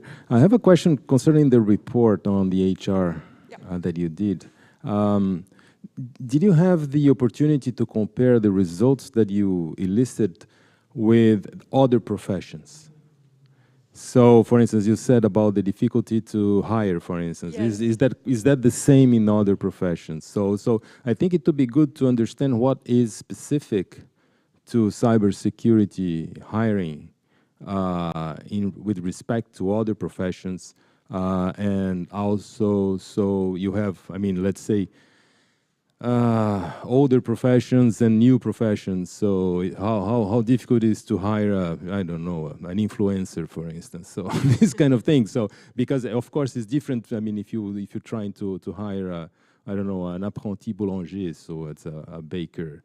So it's I think it to be you'd have material there in order to actually to be more precise on cybersecurity, because the work is extremely important for what we are doing and trying to increase the security of the cyberspace. So if you could be more specific, I think it would be good. So do you have anything on that? Yeah, so we haven't, with this particular survey or the raw data that we had, we were not able to glean exactly that or compare it to other knowledge domains. But it's a very, very important point, and I think that's something that we need to look into through, you know, these regular exchanges with the HR and recruitment community, and maybe bring in other sectors and try and understand a little bit what are the different markers or the differences there. It depends whether or not it's something that we can compare and contrast and try and understand, or if it's simply something very specific to cybersecurity. But there we need to go even deeper again. I should add as well that, you know, I would fully intend to do another survey, a follow-up survey, and try to get also some more responses. And I take your point, because that's maybe something that we should include as a specific section. And trying to understand, yeah, from other knowledge domains. Trying to think about a good one to pick, but yeah, that requires some thought. But it's very important. I think that for me, what I've been seeing in my work is that there's especially, you know, still a lack of good understanding from the recruiters' side in cybersecurity of what really a particular profile or job role requires. At the same time, you also have from the job seeker that goes out and looks, and they may not be able to identify in a particular job description themselves or where they can go with that. And I think that that's where it's important to focus a lot on transferable skills, focus a lot on upskilling and reskilling initiatives, so that it becomes a little bit more of an agile domain, this recruitment in cybersecurity. But no, I don't have the answer for you, but I take your point that it's very, very important. And I think we'll try and look into that actually in a sort of second phase of this HR. So thank you. There's a hand up. There's a hand up, but I don't know if, or we take it in the coffee break. It's just a short question. Short question, okay. So thank you very much for your talk. My name is Corinna Schmitt from the NCCC Germany, and I represent in here the academic part. So question, Women in Cyber, the initiative I know from conferences and higher education. Our university offers in Munich holiday courses for pupils. Even they ask for cyber initiatives and want to know something about it. Do you offer such courses as well in your education already? If we will offer courses? Yes? No, we will not, as Women for Cyber, offer courses. We will facilitate. That's good to know. Courses. So that will be through the Women for Cyber Academy that I present. Sorry, I point, it's not there. Yeah, okay, no problem. I just wanted to have the link. So the idea will actually be that we'll be not only providing and kind of acting as broker between, you know, for this one-stop shop, but we'll also partner with entities to provide scholarships. Okay. And try and help with the financing also for an access to cybersecurity courses, which we've already done a little bit on a smaller scale. Yeah. We've partnered with entities to try and give them, you know, free access to some introductory courses or awareness courses. Yeah, that's good to know. So yes, we will, and please don't hesitate to contact me. Now I have the answer for the pupils. Thank you. Thank you. Coffee time.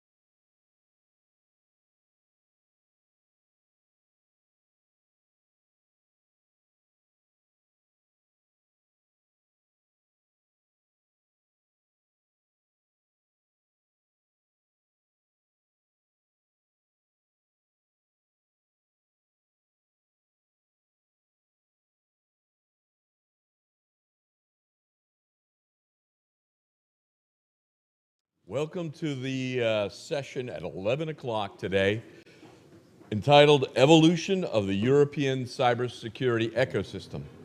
I'm again the host here, and as you may know, and as you may have heard, actually I'm quite famous for wearing my red shoes for all of the events. I wore my red shoes for the kickoff of CyberSec for Europe. I wore my red shoes for the first public event of Concordia. I wore my red shoes for the first consultation event in Toulouse, and I'm wearing my red shoes again today. So I'm very, very pleased that we have a distinguished set of panelists with us today. I'm going to actually allow them to introduce themselves so that I don't make any mistake in terms of their capabilities and where they're coming from. But briefly, Robert Cascella from the European Cybersecurity Organization, Afonso Ferreira, representing CyberSec for Europe, Thanh van Do, representing Concordia, Wim Mees, representing ECHO, and Fabio Martinelli, representing SPARTA. So without any further ado, I'm going to give the floor to Roberto Cascella, who, just to let you know the format, each panelist will have approximately 5 minutes to express where they're coming from, who they are, and to share their message. And then after that, we'll have a panel discussion.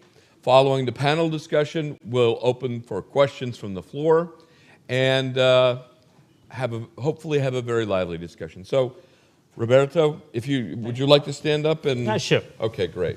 Thank you, Mark. Good morning, everyone. And so I think that I have just a couple of slides to talk about, ECSO, a little bit, the vision linked to the communities and ecosystem. So I think that all of you might be familiar with ECSO, and then we have seen, my colleague Nina before presenting, but also in the past days, Luigi also presented to the event. I think that it doesn't move the slides, no? Green button. Oh, fantastic. Thanks a lot. So basically, just here on these slides, what I would like to point out, so clearly there is like the ECSO vision, this need to build up like a resilient cybersecurity ecosystem, and then clearly by managing also trusted supply chain. So I think that here the keyword is linked to the ecosystem part, but also linked to the need to focus on European digital sovereignty and strategic autonomy. So for the way that we organize at the moment, so we have like 6 different working groups covering all the research and innovation aspects with the research priority, so that is more the research community. But then we have a set of working groups focusing on the industrial policies. What is going to be important is that there are 3 key pillars, I would say. There is the first one that is linked to network. So it's very important, for our communities to exchange, to establish network, to know each other. And then we have the 2 other pillars that are also linked with implementation. So that is more linked to the operational also aspects that we can do to support also towards more close to the market and with dedicated activities.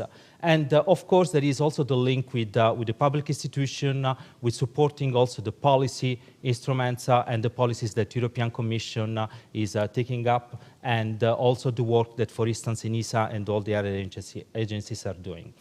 What I would like to focus is just for the introductory statement.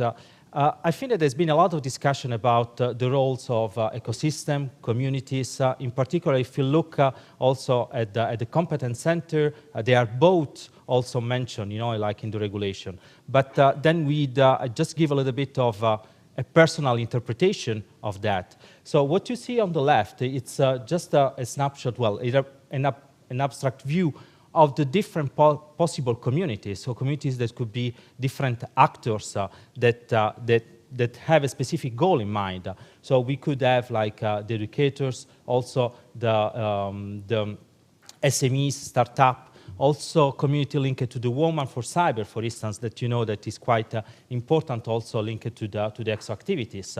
The CISO community, this is another one where they have specific need to share information, and there is trust that is built also within each one of the single community. There is also the auditors. They have specific needs like the certification aspects, compliance, and so on. And the researchers, so us, but also all the other universities, RTOs, that we collaborate with, exchange information, and then investors and so on. And the last community that I think that is quite important, it's like the non-cybersecurity experts. So basically, we need to also embrace into our dialogue, for instance, the users of the cybersecurity solution. Just one example, this could be like the consumers, but this could be also organizations that are not really cybersecurity aware. So how we move, from the communities to ecosystem. So we could have different multiple ecosystem where we have all these communities, some of them partially that belong to, and then to interact among themselves. So within ecosystem, we have the different stakeholders, we have the physical environment as well, and so this ecosystem, they have a specific objective, a specific need. So clearly, we could create like different kind of ecosystem that will overlap among themselves. And I would say that the role of ECSO so far has been super important in establishing, let's say, the different communities, and in particular also thanks to the work of the different members. But so we see, that we have managed altogether to create all these individual communities that they need to continue to expand, and in particular, with exchange of information. Just an example, if you look at establishing dialogue between the manufacturers and the end users, this is something important to have different kind of communities that talk to each other for the same goal that could be like cyber resilience or critical infrastructure. And I will leave it just here, and then happy to join the discussion later. Thank you so much. Thank you, Roberto. Afonso, if you'd like to come up and make the CyberSec for Europe. Yes, thank you, Mark. Message. Can you hear me? Can you hear me? Yes, very good. So I would like to thank the organizers for this opportunity, because be sure I'm here for the chocolate box afterwards. So I was waiting for this moment. I'm not very used to be in the spotlight, so I think I'll start with, for those who don't know me very well, with this story. So you have this slide here, you will be able to check it afterwards. So the story is the following. So I joined the European Commission as a seconded national expert in 2011. So you cannot hear there. So there's a problem with the mic? People cannot hear? Huh? No, the mic is not on. So I will, 1, 2, 3. 1, 2, 3. Yes, yes, no, yes, no, no. It doesn't seem Maybe so. a handheld mic. Yeah. It's working? So? But it's not going through the system. Yeah, it's, no, I see that my voice is here, but it's not going through the system, exactly. So it's going there, but not out. So perhaps that mic is working? I don't know. I've been using okay. I've been using that mic? If that mic can be put to work, so I can talk there. But it's not transmitting to the room. So.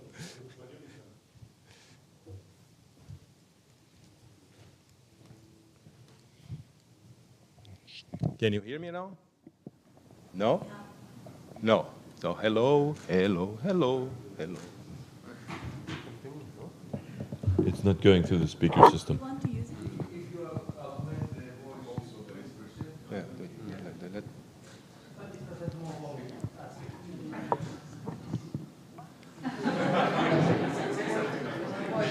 Hello, hello. Now it's better. Yeah. Yeah. Can you hear here? No. No. So only here. Okay. Very good. So I will take this. Okay. Very good. So I was saying. So in 2011, I joined the European Commission as a seconded national expert, and so I joined the Future and Emerging Technologies. That's why I knew Budde, with whom I worked. So yesterday, you noticed that. And then in 2013, I was headhunted internally by a guy of very big vision. And that is Gustav Kaube, who's now taking care of quantum and HPC in Luxembourg. And he told me that the Commission was putting forward the NIS directive, the first one, okay, Network and Information Systems, Security, directive.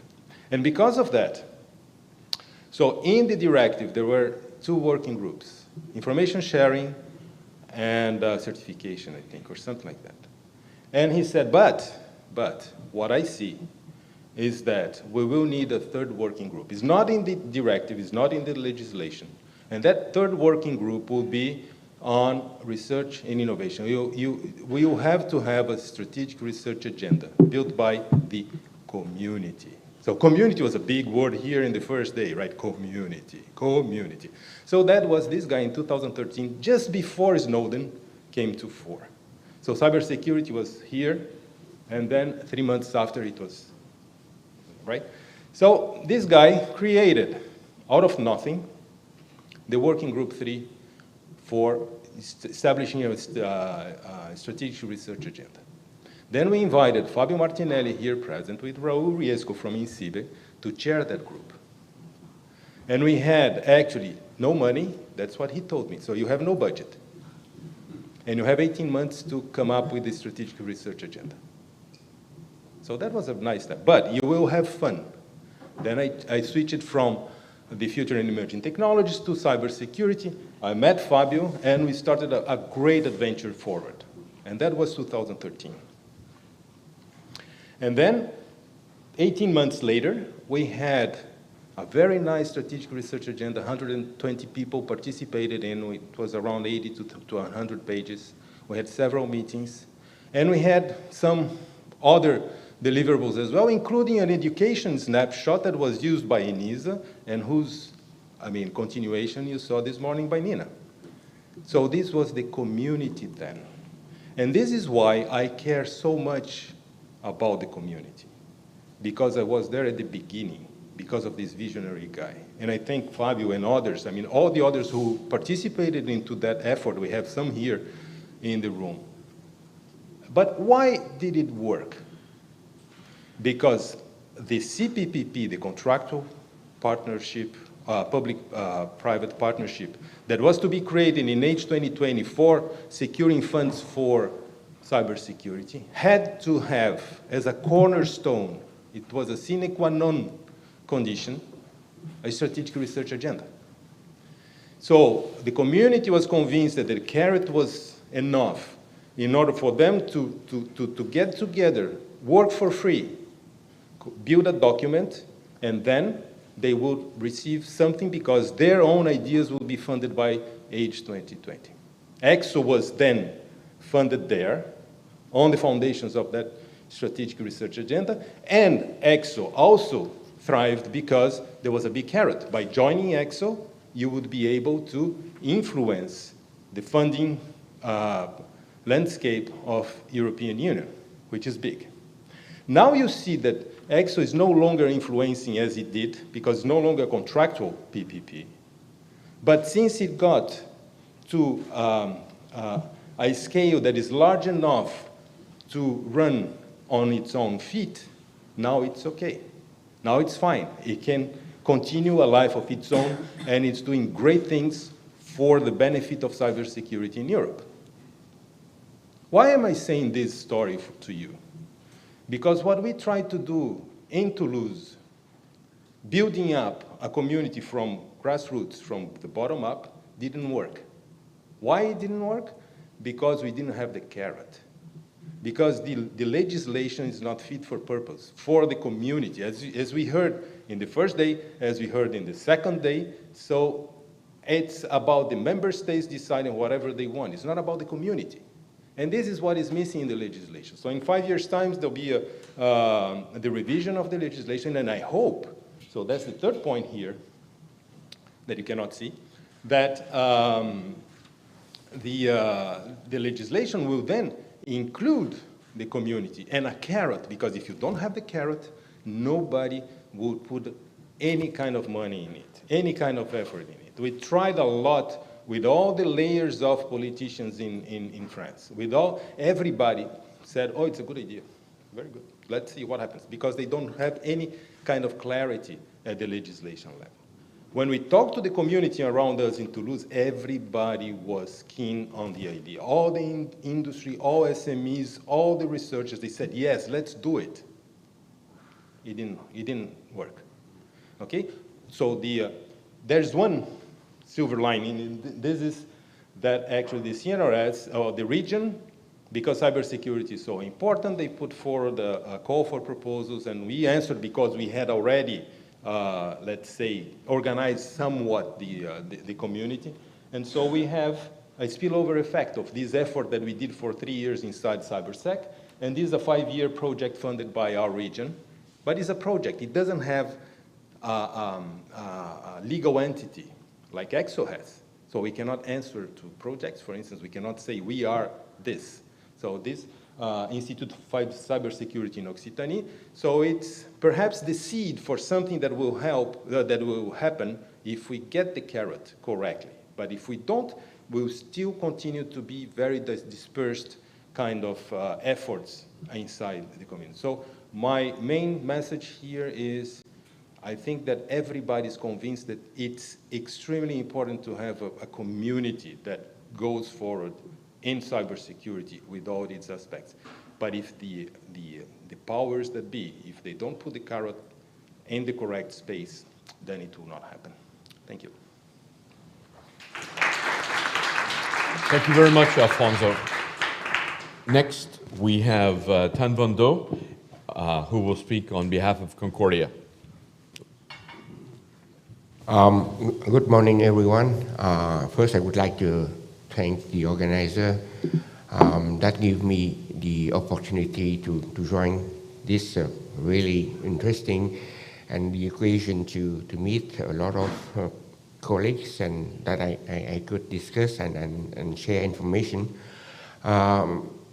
My name is Thanh van Do. I am a fellow research scientist at Telenor, which is a Nordic operator, and I am representing Concordia.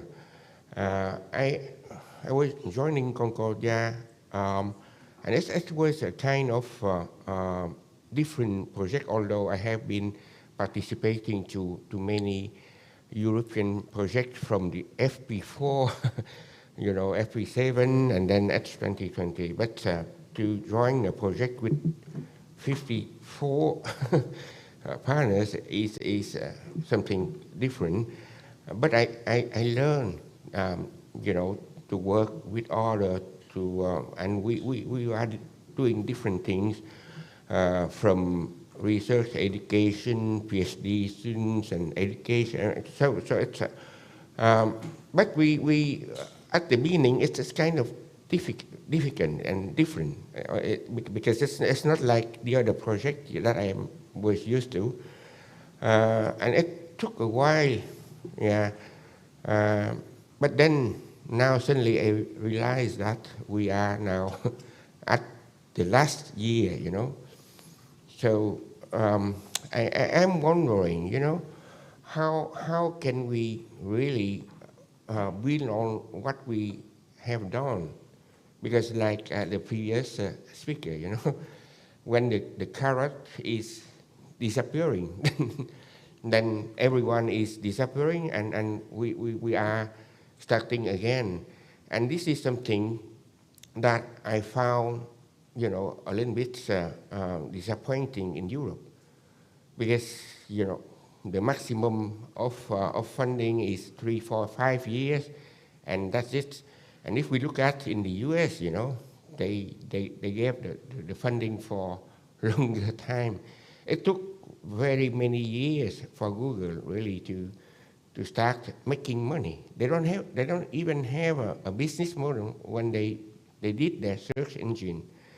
The same thing with Amazon, and the same thing with Tesla. You know, even nowadays Tesla it just went break even.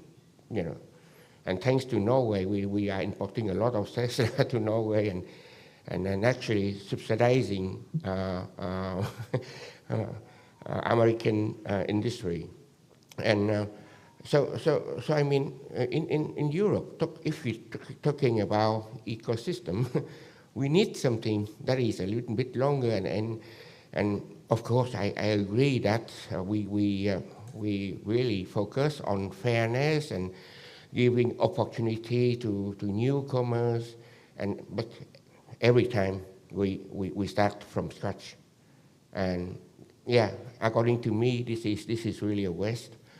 One more thing, one issue that I am concerned is about, we're talking about openness but in security, it's not really really open. We are talking that we are against security by obscurity, but is it true that company are really ready to share information? When you got a breach, you got attack, which company is going to publicize that? You keep for yourself at least a few years. This is the reality. But you know, we are not talking about that. We are talking about like we are sharing, but we are not. This is things that we need to look on how we can do that. And nowadays everyone is talking about AI and machine learning, but what do we need? We need a data set and really to learn the machine. But where do you find the real data set? You know, I'm working for a telecom company, and I know that to get, you know, to have the real data set is something almost impossible. This is because of the liability of the company, but it is because of the regulation. We are not allowed to disclose, you know, user data because of privacy. So here there is an issue about privacy against security and about regulation, about the law. So without real data sets, you know, you can have a very good algorithm, but you are not going far. So this is the second issue that I would like to mention today. Yeah, and thank you for your attention. Wim, you're up. Representing the ECHO project.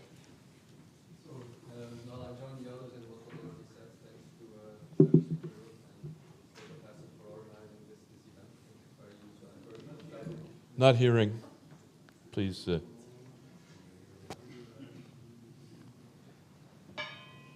So that's better, I guess. Yeah, perfect. So I'll join the other speakers in thanking the organizers for a very valuable event where we get to meet each other and exchange ideas. It's always important and always useful.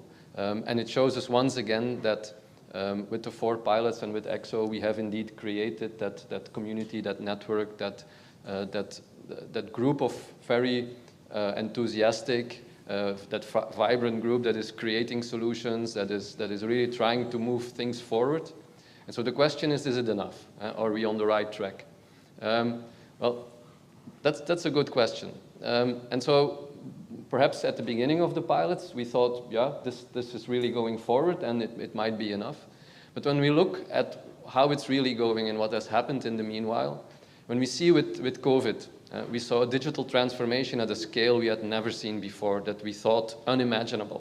Everybody was all of a sudden deploying all types of solutions and going digital without really caring too much about cybersecurity because they didn't have the time and it wasn't the most pressing, urgent concern at that time. When you manage a business, I always like to say to the students as well, cyber risk in itself is not really relevant. It's about operational risk as a whole. And so you make a trade-off between what is the risk to my business and what is the risk to the cyber. And then you make a choice if you have opportunities that merit, that for you are so important that you want to accept a certain higher level of cyber risk, then you do so. And that's what we did during the COVID crisis. And so now we're catching up. When you look at the numbers, so recently a number of, I think, investments in cybersecurity are 3 times higher than in IT as a whole. So people are catching up the cybersecurity part of their digital posture, I would say. And so they are aware of the risk. We see all the ransomwares.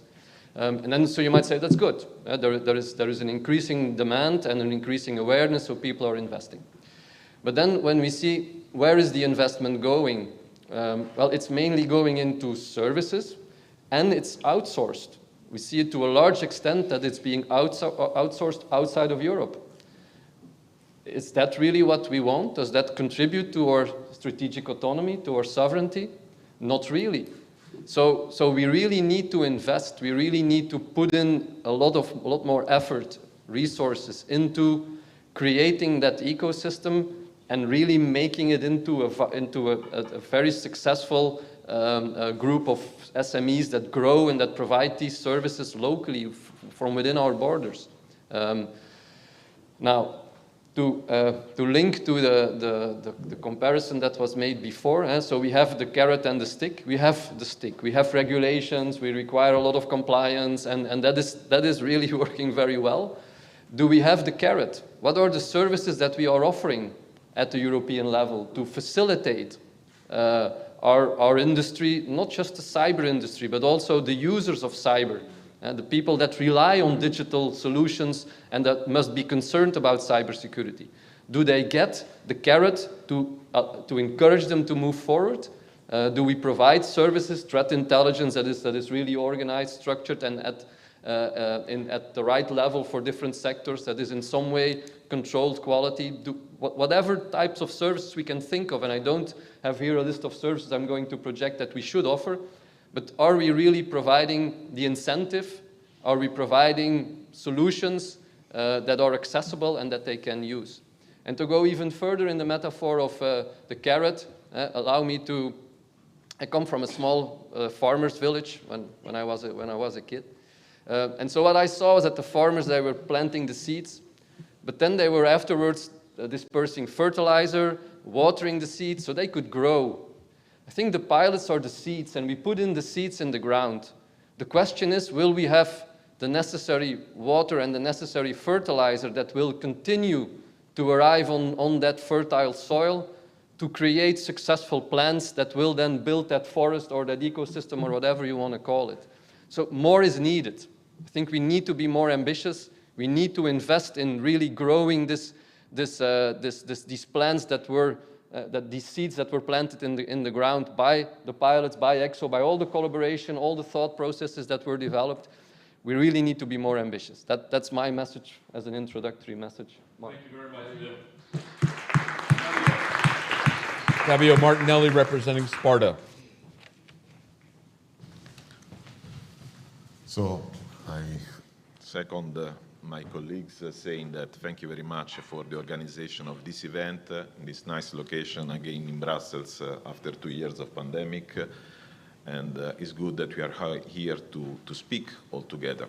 Many of the things we wanted to say has been mentioned before by the colleagues, showing that in Europe there are several communities that used to speak each other more than 20, 30 years, starting from scientific, technological, industrial, and we see the evolution where also the European Commission invested. The 4 pilots, ECSO and the Research and Technology Association, will be there to continue this thing. Now, when we speak about community, and Afonso mentioned it before, there is a legislation and the term community appears in this legislation, and it has a specific meaning. It's a specific meaning where basically in current document, the community, for instance, at national level is managed by member states according to certain rules that they are discussing. There is a notion of accreditation. There is somehow different from what we did in the 4 pilots that we did at the European level. Basically, we started to collect the best expertise around and not to collect them just on a pure national basis, but how they could cooperate together, achieving European digital sovereignty in the field of cybersecurity. So I think we need to consider that we are here at European level. We speak about the 4 pilots, not our nationalities. I think this is a major stuff that we should keep. And we should have this sort of overall umbrella because we know each other, we did a lot of things. The 4 pilots did a lot of events. We started to merge our activities to optimize the things, to converge in some things that we are doing. We need to keep them alive even after whatever would happen after the 4 pilots. So we need the carrots that has been mentioned before, or has been said, the seeds that we put in the ground must grow. And we did a lot of work also as SPARTA in terms of dissemination of the activities. We also use this analogy that we have the SPARTA monthly workshops where we try to put the seeds in each country to see what's going on as community, because now it's easy, everybody speaks about cybersecurity. It was not maybe such some years ago. So we need to go on in this direction, and I would try, and as SPARTA, we want to keep the ball rolling at the European level. We need to have the 4 communities plus ECSO, in my view, to communicate each other. We should start to have we have already common dissemination tools, but we should also be, for instance, a mailing list for the community that we are building right now, the 4 pilots plus ECSO, a joint maybe mailing list that you can reach everybody in the same moment by as community, not just the SPARTA or Cybersec or whatever. Bringing together the communication means, the visibility means. And that's the other part that as Spartan we are fostering. And maybe Wim also was mentioning, we need tools that allow us to work together. I mean, when you are social, you discuss, the discussions were done in the Agora, no? Or the forum for the Romans. In the last 2 years, those were done in the digital forum. But the digital forum is not owned by the Greeks, by the Romans, it's owned by the US and the whatever, Chinese, whatever. So we need to own our digital agora, I would say, and I think this is a message that we can spread. And we don't test yet these technologies that are at the European level. Instead, they're basic working mechanisms, and we rely on something that we don't have. But this is just one simple example, one of the services that we was mentioning. We definitely need, in addition to people, to bringing people together, having the instruments to have the people to work together in a smart and proper way to control what we are doing. So it's both people and infrastructure, and the 4 pilots developed a lot of things. Not sure how many of them can really interoperate, but I think that at least at the communication level, we should start to have the 4 pilot plus ECSO community with a truly European umbrella. And then let's see what's going on. Maybe this could be with the different tiers of core, associates, friends, whatever. All of us has different levels of commitment. I think the same will happen, let's see, at the ECC level, but with a truly European dimension. That is, I think, with strong national roots, but having this overall vision, knowing each other here, and we know that someone covers a given area, others other technologies, and they can represent different aspects. Let's see what we can do together. We need to keep the ball rolling. SPARTA is going to be over soon in terms of efforts, but we want to go on in communication activities and community building. So we are definitely part of it, and we want to go on, and we need to have these things where the 4 pilots plus ECSO, the community at the scientific, technological level goes on, and hopefully hand in hand or in touch with the community that the Commission is preparing. The Commission, the Member States are preparing. And actually, I don't see yet many people from the Commission in the room. So that's my message from Sparta. Thank you very much.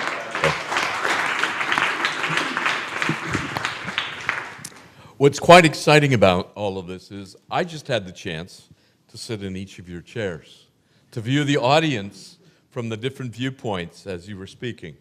And I think we have a lot of interesting challenges for the future. The one question, and I'm kind of boiling it down to an elevator pitch, but it's similar to the last session I was moderating.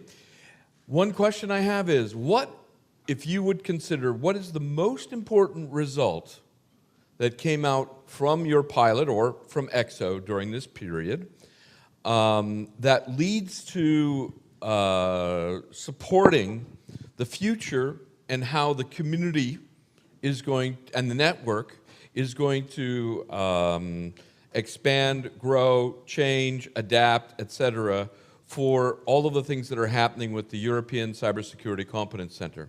So who would like to start to mention from your pilot, what is the most important result that you feel is directed toward, let's call it the future of the community? Please. Okay, I don't know. Is the microphone working? Is number 3 working now? Yes, yeah, very good. it Excellent. is. Thank you.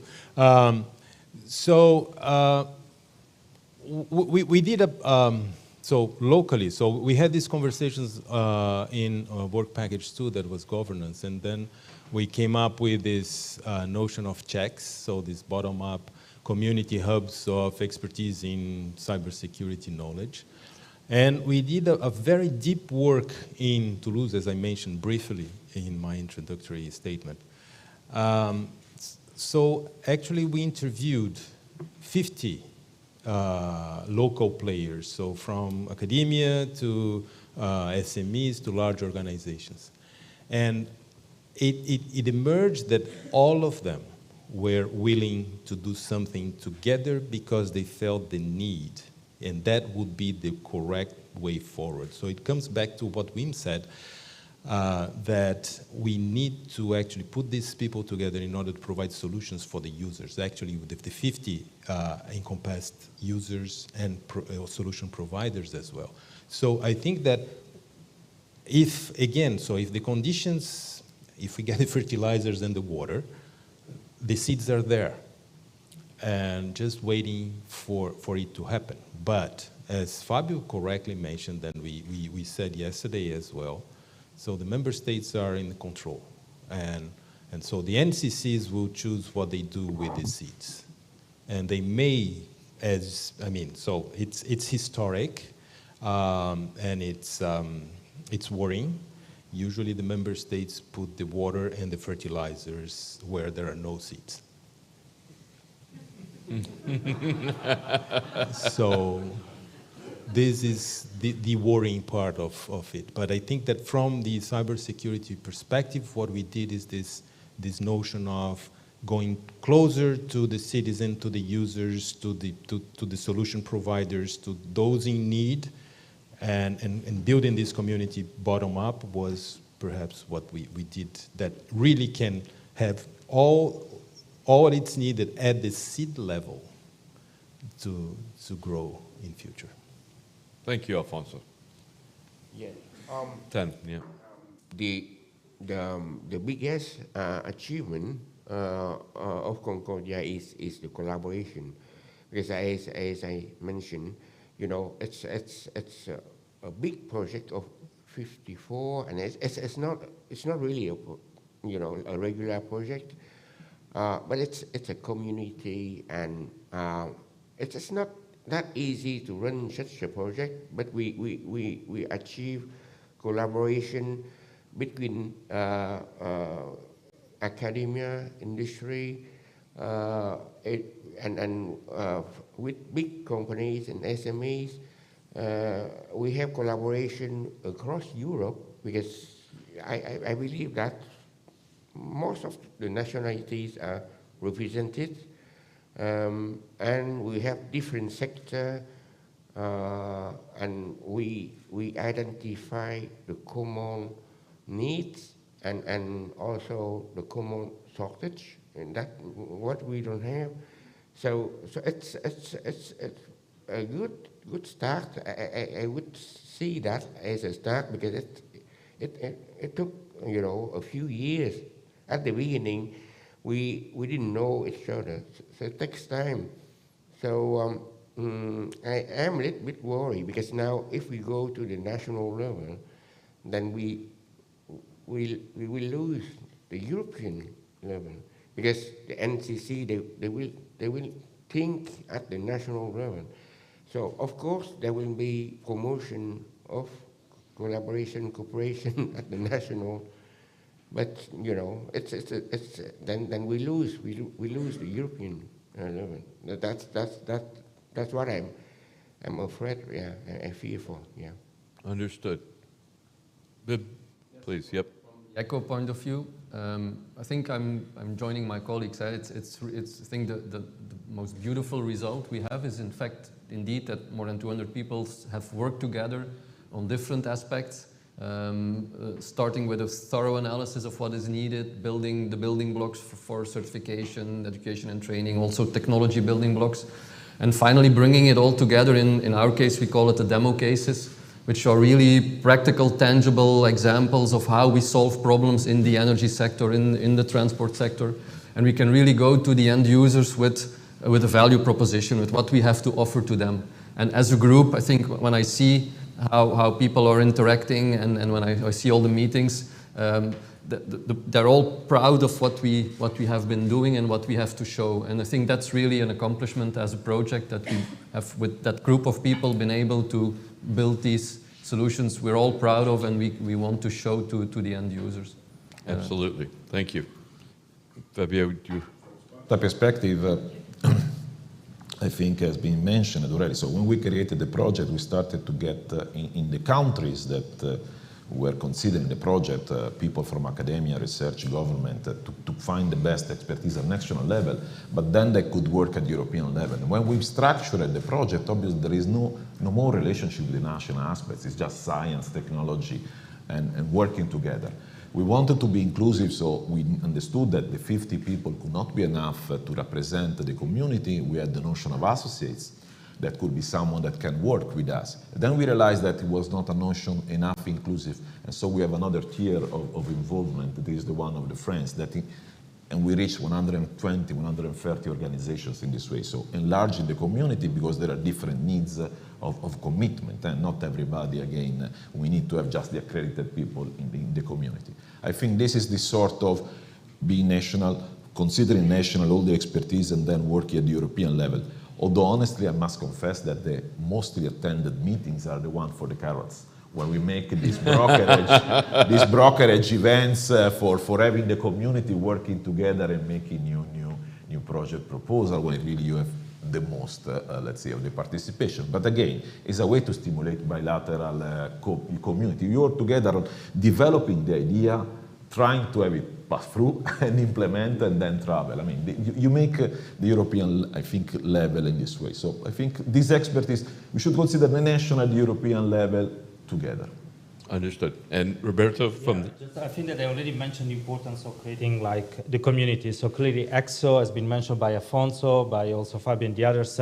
So we are at the beginning of the story, so by also contributing, to have all the different stakeholders there. And I would say that in the last years that we have reached a lot of results, in all the different working groups. Nina presented it before, aspects linked to education, but then if you look also about the strategic research innovation agendas, so they've been very well received and so on, but also I would say in all the different other aspects. And I would say that for me the important value is that we have in each one of the working groups in the area, so we have different stakeholders contributing there. And I would say that is the powerful action in the sense that we move beyond research and innovation. So we try to tackle the industrial policy. And I would say I'm talking also more from the aspect of, for instance, working group 1 on ECSO standard certification, but also research and innovation. So there, the interesting part is that you have really each one of the important stakeholders that needs to be represented within the group. So the different communities talking to each other and expressing what are the problems and come up with a solution. And I would say that the carrot is important, but it's not only linked to money. So we are seeing like the creation of communities just for addressing issues. And I would say one, for instance, is the CISO for exchanging best practices, because for them it's very important to establish the trust, to know each other. On the certification aspect also, to put together some methodologies that could simplify the life and of the people operating. So that means putting together certifiers, SMEs, large companies, and so on. So I would say that the enriching part is really got beyond the silos of I would say the researchers, the large companies and SMEs and users, and putting them all together and also try to address the real concrete problems that we need to face in Europe. We may mention that there are different kind of services that we need to put out that we need at European level. Fabio also about all the social platforms and so on. So there are concrete issues. So actually we don't have funding money for building up solutions, but the key is just to put all the different parties together, also with investors very recently. And this is important just to create a dialogue, to know each other, and avoiding also overlapping and then repeating the same thing, so reinventing the wheel. Understood. Thank you very much, Roberto. Yeah, please, Afonso. Yeah, may I ask a question to Fabio? Please. Thanks. Fabio, we were we were talking yesterday about your ideas to actually to give some sustainability to the work of the 4 pilots, as Wim said. I mean, so all of us had great, fun working these years together with a lot of people. So we created bonds. So could you just elaborate a little bit on what you said yesterday about the mailing list and others? Elaborate you. No. You it's your idea, so please, yes.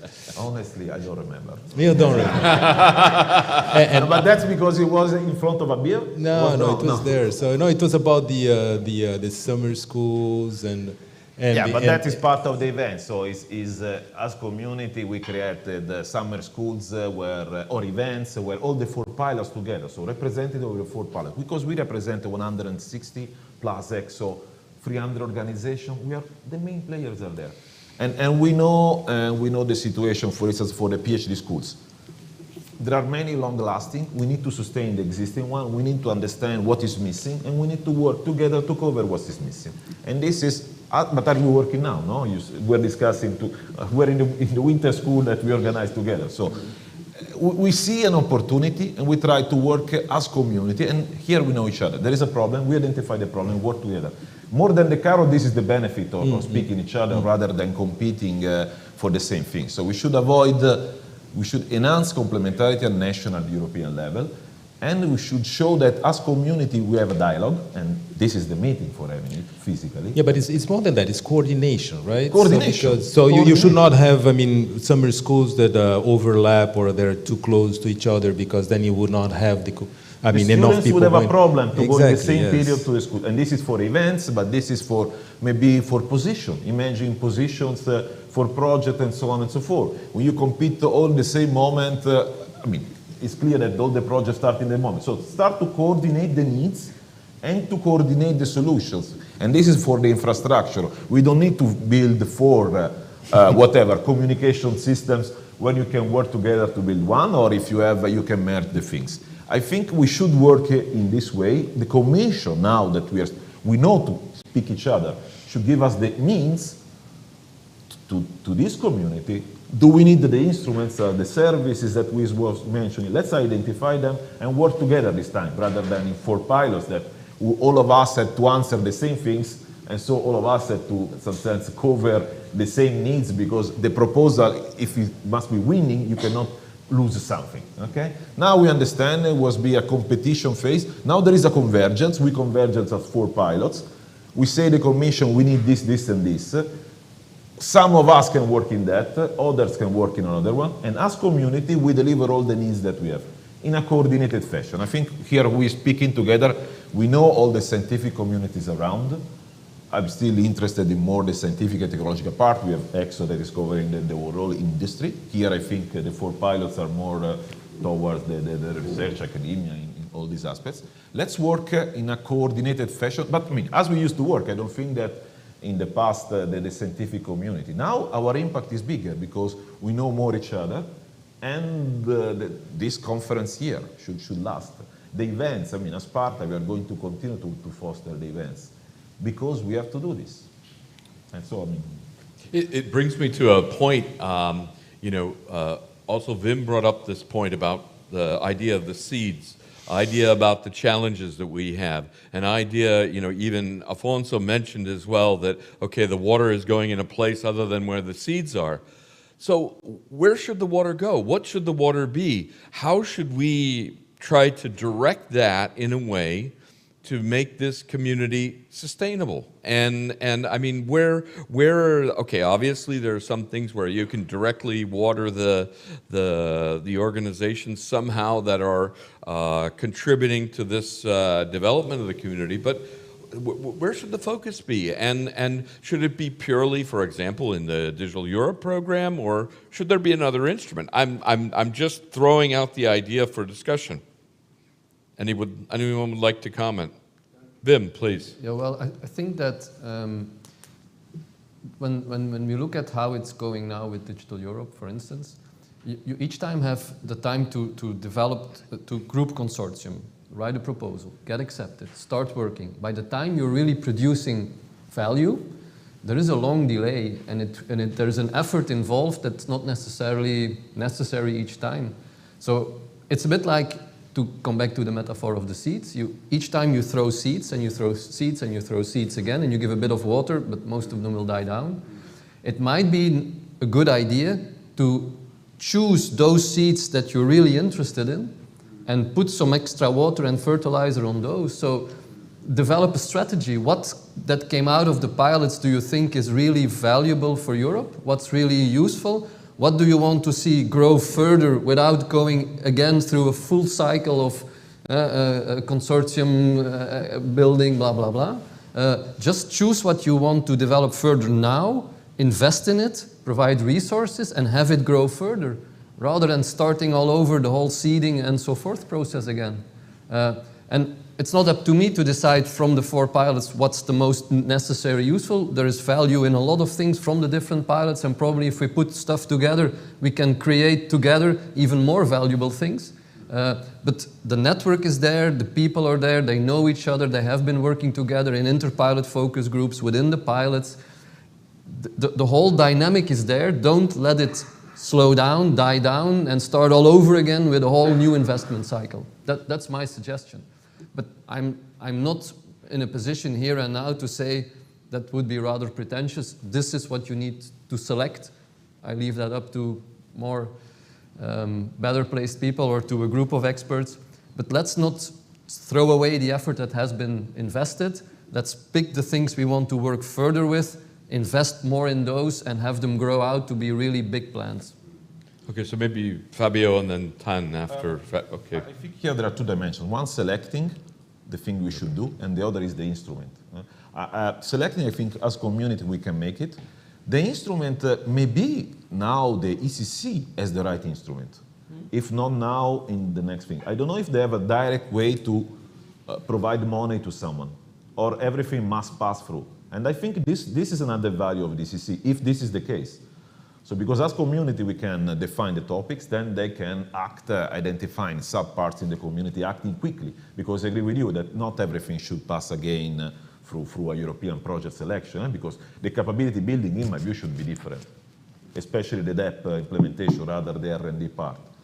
And maybe if not now, the ECC will be here, then we can ask, or in the next part of the regulation, if there is a revision, a direct instrument for this that avoid this time that you were mentioning, I think it would be reasonable to consider. Excellent. And Thanh, you had a comment. You know, when we're talking about the carrots, it's not only about money. It's not only about financing. But I believe that it is about recognition, about legitimacy, because if the pilots are doing good, you know, we need to have some sort of recognition. And now if we start all over again, you know, it doesn't make sense. So I mean, we need something at the European level that, you know, recognize that, okay, first, cybersecurity is very, very important. That Europe is considering, you know, because okay, we think that after the COVID, then it's obvious, but it's not that obvious when companies, private enterprise have to use money to invest. It's not that obvious when it comes to that, you know. So I mean, we need something at the European level that say that this system, and then there is also the need to recognize that the community, the work that the 4 pilots has been doing, is something good that we need to build upon that, you know, and this is something that I found, you know, missing, and really, so now we come back to the national level. Of course, it's good, but then it depends on every country how much focus, and when you're talking about cybersecurity, it's a huge field, and the focus is going to be different, and it's going to be fragmented again, you know, and so the fragmentation is something that is not good if we go back to the nation level. And agree. Yeah. Thank you very much. And Roberto, and then Afonso. Yeah, so just also to mention what has been shared before. So clearly, you know, we cannot fund everything, you know, so we have a lot of, you know, priorities also in the ECSO, SRIA, but also the pilots, we work together. So there are tons of priorities that have been identified. So, so we cannot dilute, I would say, the possible, you know, funding that are from the public sector there. So for me, it's like very key to come up, you know, all together as different communities, community all together, so with a focused strategy, and then understand really what we need, where we need to invest. Based on the operational capabilities that we need to strengthen in Europe, there are already a lot of results, you know, from the pilot projects, but also from a lot of projects that have been funded from Horizon 2020 and then been funded from Horizon Europe. The problem is just to scale up those results from the research, bring them to the market. And then there is, like, I think, like the challenge that we need to face on. And I think that we need to have a better coordination between the public and the private sector. So also investors are coming in, and then we see also in ECSO that it is super important to promote also investments also in SMEs, in specific for developing capabilities. So that's why I think that it's very tricky, and then it's not that easy, I would say. It's not tricky, but it's not that easy to identify the top priorities where we need to invest. So we are trying to do these efforts right now in ECSO to come up with a short document, but it's important that also, thanks also to the European Cybersecurity Competence Center, and then also the different national strategies, to talk together and to come up, I don't know, with the 2, 3, 4 relevant projects that where we can all together work immediately and then immediate results. And if a couple of days ago I was talking with a friend of mine that was here, so we're talking about the difference between Europe and US. You know very well, like US with the NSF, for instance, funding. So you have like few projects that are funded, but with a lot of money that are put in, and then so that we have also immediate, I would say, not immediate, but you have some concrete results that can come in. So I would say that it's important, personally I think that it's important to really identify those strategic areas for developing capabilities. So putting together research again and industry, and then really to do this leveraging effect that already we did the PPP, but we need to go also beyond that. Agreed. Afonso was next. Yes. Is there anybody from the Commission in the room? No. So I hope they are online watching us, because I get the feeling that we are addressing the wrong audience. Yes. So it's like we have been abandoned by our parents, which is more or less the case, right? So they're no longer paying. Yeah, exactly. Yeah. So they're no longer paying our bills, and we keep on saying, oh, could you pay this? I mean, you should fund that. I mean, I need a car. I need... No. I mean, so we are addressing ourselves. So we are the 4 pilots. We are, I don't know how many people involved in this. We are just have a very small percentage of that here, but we are big enough to go on our own feet. Because, I mean, if we depend on them, it will be very difficult. So the DEP will have procurement for the community one day. So we don't know when, but it's there. It's in the work program. So there'll be a procurement. It may be the case that ECSO gets it.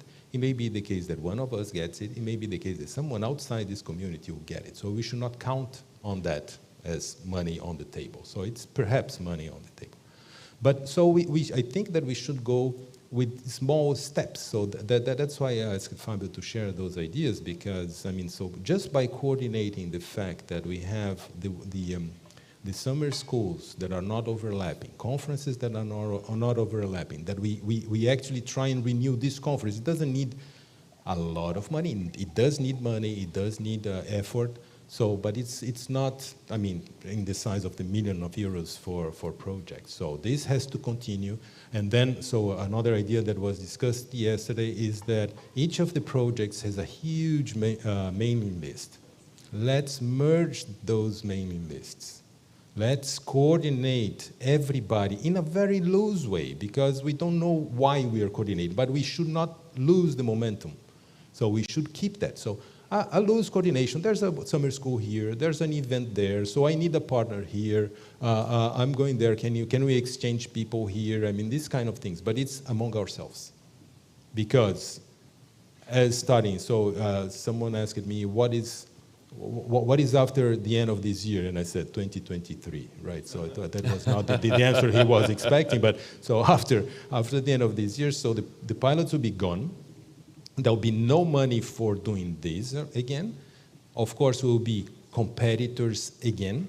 So, and there's less money in cybersecurity area for research, because there's more in deployment and more for the CHIPS Act. So there's a rebalancing. So there's very few calls coming up on research. So we'll be competing fiercely against each other, which is bad, right?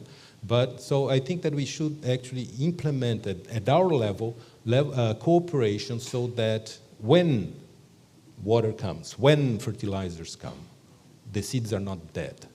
So we are the seeds. So let's try and keep this going, the momentum going the way we can, but among ourselves. Thank you. Wim, you had a... Yeah, I just want to comment. You said choosing is difficult. It's true. And choosing is always a bit losing. But not choosing is even more losing. Eh? So if you don't choose and you let it die down, all of it, you lose even more. So I would suggest choose. When you say we're old and enough and grown up, true. But with a mailing list, you don't build a house. Eh? You need resources. You need to break an egg to make an omelette. And so public money is being spent. It's our social responsibility, even as a citizen, to suggest, to advise that this money should be spent in the most appropriate and the most efficient way. And that's what we're doing. We don't have power of decision, but we can only try to evangelize and influence based on our experience as pilots and the ways that we work together and the things we were able to do, that we have an idea of how it could be used even better. And what they do with it, that's their responsibility. But we have to be responsible in stating clearly what we think. And so that's what I did. Fabio, you. I agree that just with the mailing list communication, you don't build the house. But if you have the resources and you don't coordinate the builders, without communication, you neither build the house. That would be my point. So it's a tool that is necessary, and it's better if it is your own tool. And you can control it at least. And the other thing about Afonso was mentioning this project proposal. I don't know if I can disclose, but for sure the 4 pilots and ECSO were discussing to work together to apply. I don't know if this is going on, but I think that was clearly an idea, because it should be in this way. You know? Why not? Do you want? From my own perspective, is exactly what I try to push. So, excellent. Thank you. Perhaps now we take a question from the floor, and yes, please. Just a moment till the microphone comes to you. Just tell us who you are and then your question. Thank you. Thank you, Mr. Chairman. Angelos Charlaftis, Epafos Advisors. We represent here Urania and Helios Space and Defense European Group. It's okay.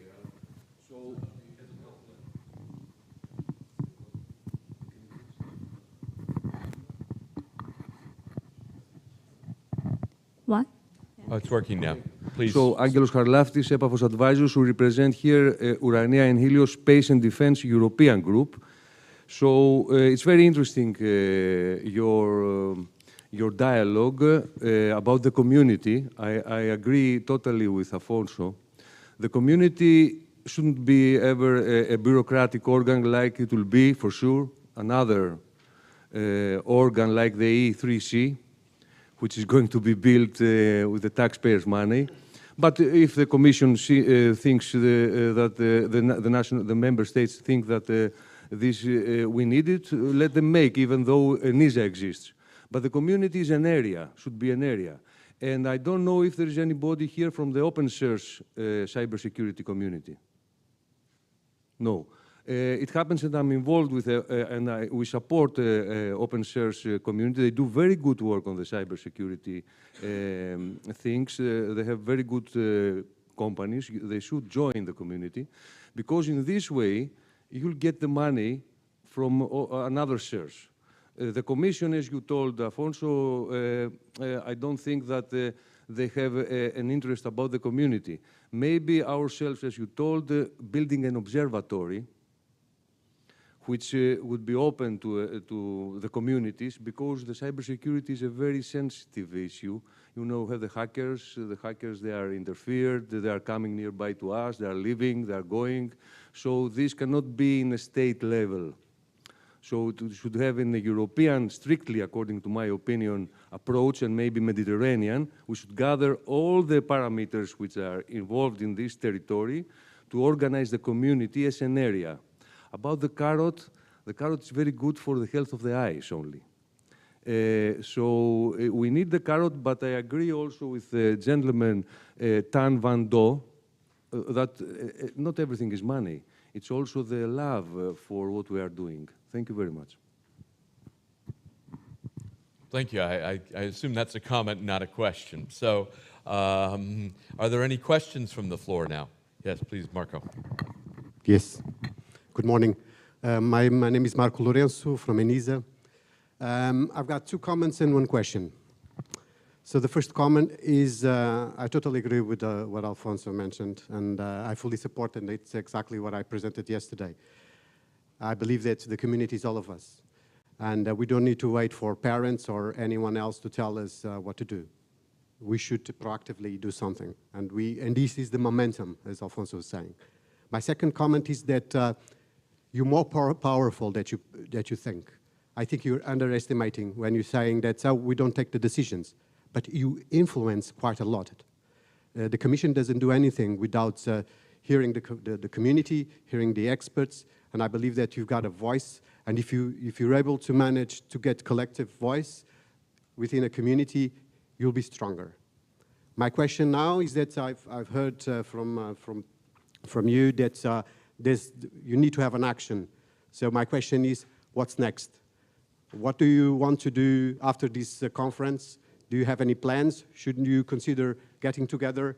From my side, ENISA, as I mentioned yesterday, is willing to support. We don't want to mobilize, but we want to support to make sure that we have a stronger research and innovation community. But I believe that it's imperative, and now it's the momentum, and please don't lose it.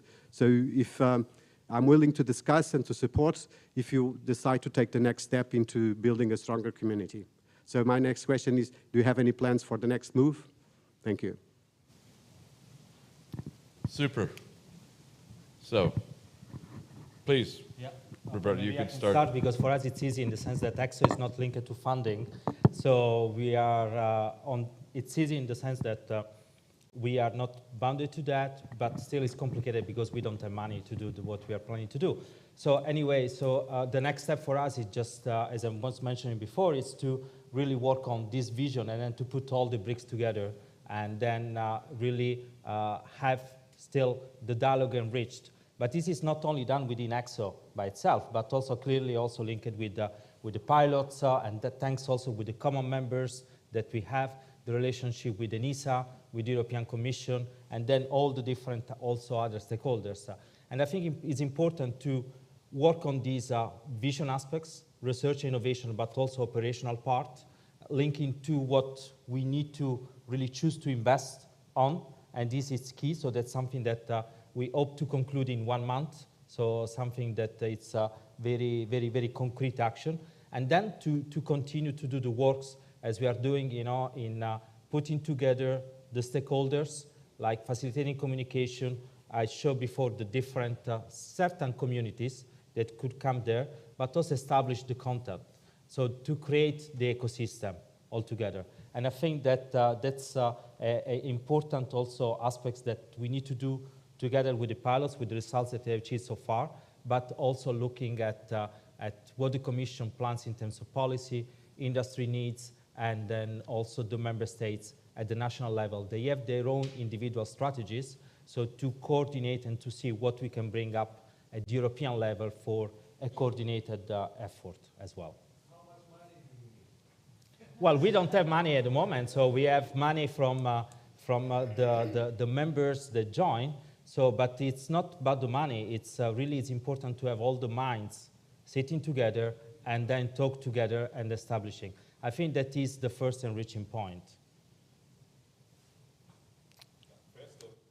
That will be in the next panel. Exactly. I'm just going to say. Well, okay. No, if I need to add something, has been mentioned, a European Space Agency, but maybe European Defense Agency. There is also you see what we are seeing now. So the system is much more complex. We need to influence all these different elements. But I like what we said. In any case, we have the community, and I mean, really, we know each other. And the 4 pilots plus ECSO, we represent from research to innovation and market, and even representation of the member states. Maybe not the same, that will be in the NCC, we'll discuss later, but it's definitely a good spectrum, and we need to make our voice loud. So as the moderator, and as we're really running out of time now, I'm going to take the opportunity for the last word. As Fabio just mentioned, our next panel is called What Next? And it's all about what should happen next after this event, after this convergence event. This is the last convergence event that we're having. We've had 3 events. We've had the first consultation meeting. We had the first convergence event in December of 2020. And of course, we actually had one event during COVID, so therefore it was actually, in the end, it was virtual only. And this is our first physical convergence event after the lifting of a lot of the requirements. I will also state that on the 15th of September, there will be an evening event, and this is CyberSec for Europe related, which is going to be essentially the next event we are going to have, and our final event for the project of CyberSec for Europe will be on the 1st and 2nd of December toward the end of the year. So these are a few things of what next for CyberSec for Europe, the what next for the community, the what next for what we're doing, the what next for the pilots and ECSO is actually the next session here. And I thank you very much. Have a great lunch. And please be back here by 1 o'clock. Also, the presenters and the speakers, please come a few minutes earlier to get your microphones. Thank you very much. Thank you very much for the panelists. Let me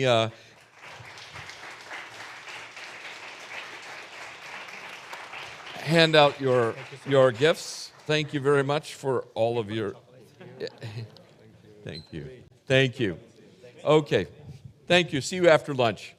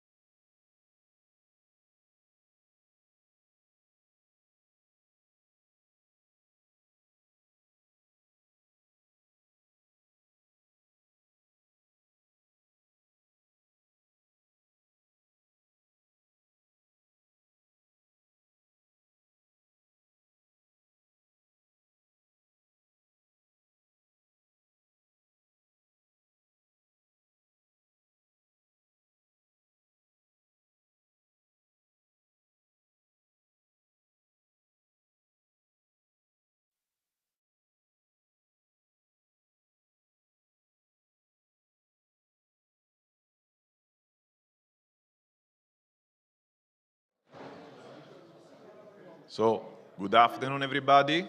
It is the moment for the last panel discussion on what next. I think we have an excellent list of distinguished speakers. We start from Pascal Steichen, Chair of ECCC Board, Miguel González-Sancho, Head of Cybersecurity Technology and Capacity Building, DG Connect, Juan Díez González, NCCC Spain, Corinna Schmitt, NCCC Germany, Joanna Światkowska, ECSO, Marcin van Berlo, EARTO. And so I'm looking forward to understand from them and with you what's next. So I would like to have each of them to have a few statements at the beginning. How do they see from their organization perspective the future of the European cybersecurity ecosystem and community? Thanks. So Pascal, you are the first.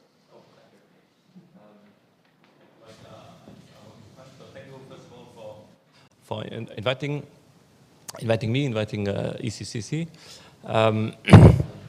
Yes, for what's next? Well, there are a few very operational and very pragmatic next steps that we have to go through with the ECCC to get the center working, to get the different NCCs working, to continue to be in touch with you, with the community, and also define together how this interaction will work in the future. And then I would say the big to be operational, to be ready to tackle the big challenges of the future in our area, in our cybersecurity area, which is, well, first of all, there is this challenge about the lack of skills, the lack of human resources that we see in the community, in the cybersecurity ecosystem in Europe. This is quite a challenge. So I think there we have all together to identify how we could address this, how also the ECCC that will have a lot of funding mechanisms, a lot of possible investments to be able to do. So how this specific area can be covered, but also obviously other areas. Another I would say big challenge that we all have together is to achieve this technological autonomy as Europe. We have seen in the last years, but I would say see it more clearly recently, that it's quite important that as Europe we have needed resources internally inside of Europe to be able to continue working, to continue the business, to keep the economy stable and the internal market working. Be it on the technology side, which is where the ECCC will have its major impact, and but also on more strategic aspects. This autonomy is an important aspect. Obviously, that does not mean I would say, to shield ourselves with any other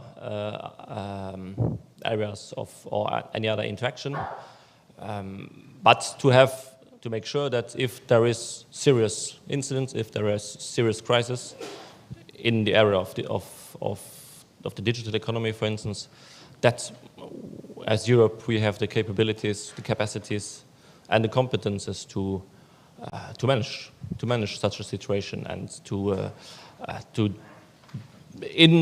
if needed, to do it independently of any other help from outside. So I think that's an important aspect, an important high level goal, I would say, and this will shape, I think, all the details, the more specific programs that will develop. That we'll have to develop in the future. Some key milestones are already there in the current Digital Europe working programs and Horizon Europe work programs, there are already key aspects in there. But I would say the future needs to be shaped together. Thank you. Thanks, Pascal.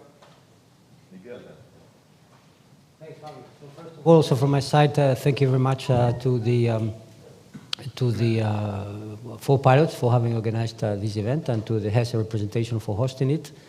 These kind of gatherings are quite important, and they, you know, it is even more so that there's this possibility, the added value of being here physically. It adds a very important dimension of building the community. I think all in all, the hybrid format is perhaps one which is going to stay, because I appreciate it a lot that we can be here physically, but also that people can follow online, as I've done for all the sessions, because I couldn't be here. So thanks a lot for organizing this, and I'm really glad to be back in this more or less the same seat.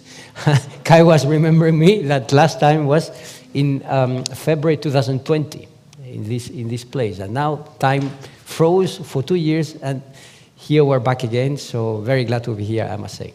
So going to the question, what's next?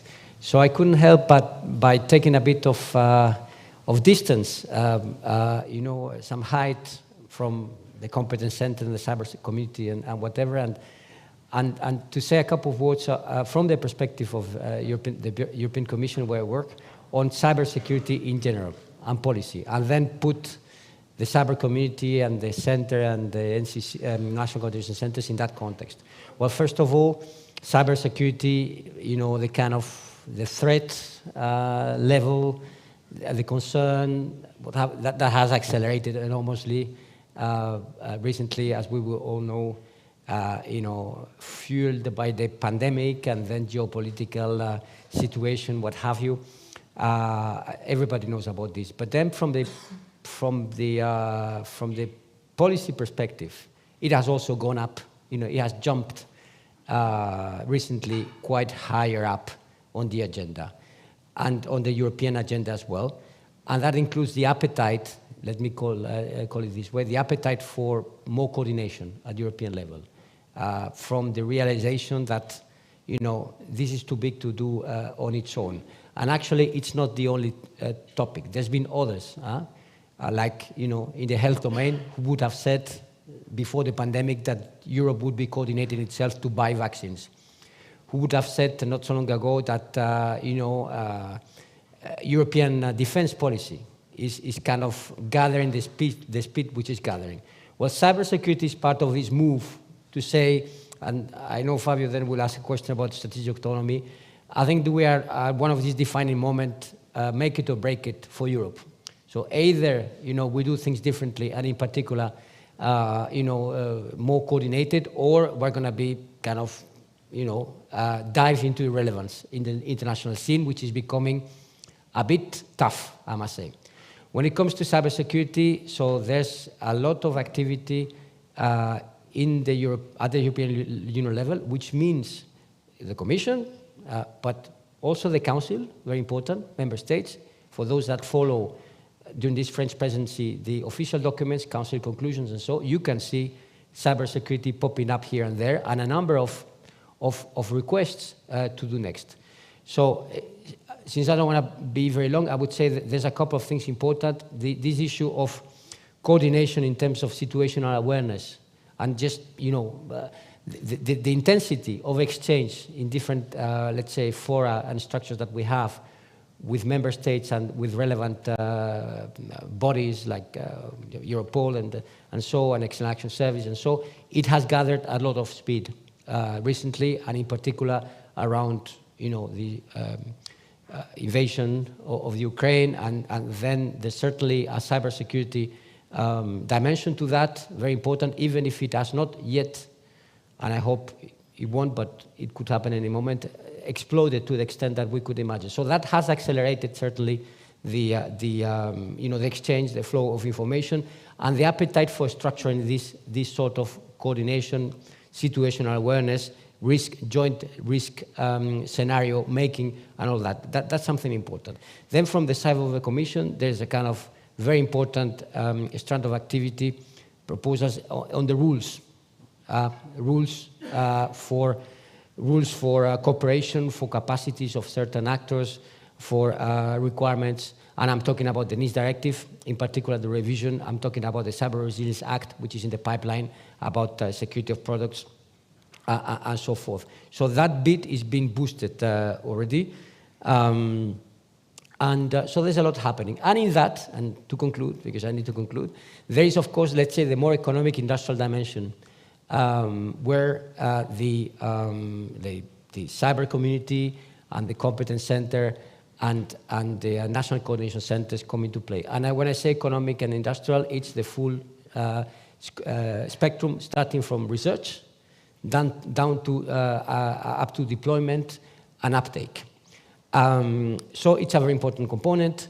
Things like we know from the past continue. You still have Horizon Europe calls, for that matter. We just closed the first Cybersecurity Digital Europe program call just some days ago. So that continues. But the ambition there is to move up level and do everything in a more structured, coordinated, cohesive way. And this is why the competence center and the network were proposed in the first place. This is why the pilots were called for.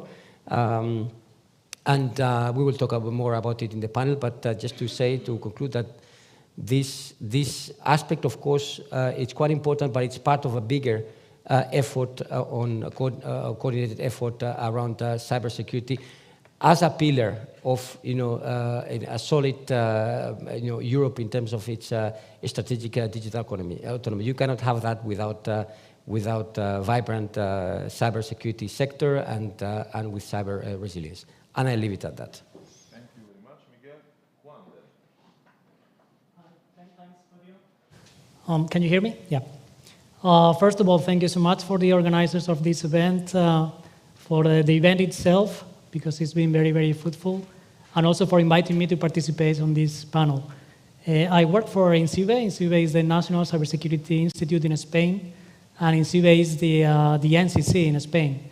It was decided back in 2020 by the by the National Cybersecurity Council, because in fact INCIBE has the experience, has the capabilities and the competencies in order to achieve that mission.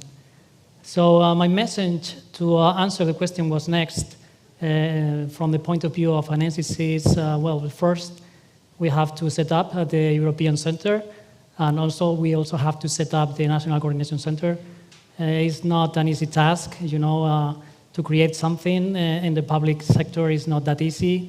In the case of Spain, since we are based on something that was already existing with 15 years of experience, it's not that bad, but in some other countries, they are creating a center from the scratch, gathering competencies distributed among different public bodies dependent of different ministries.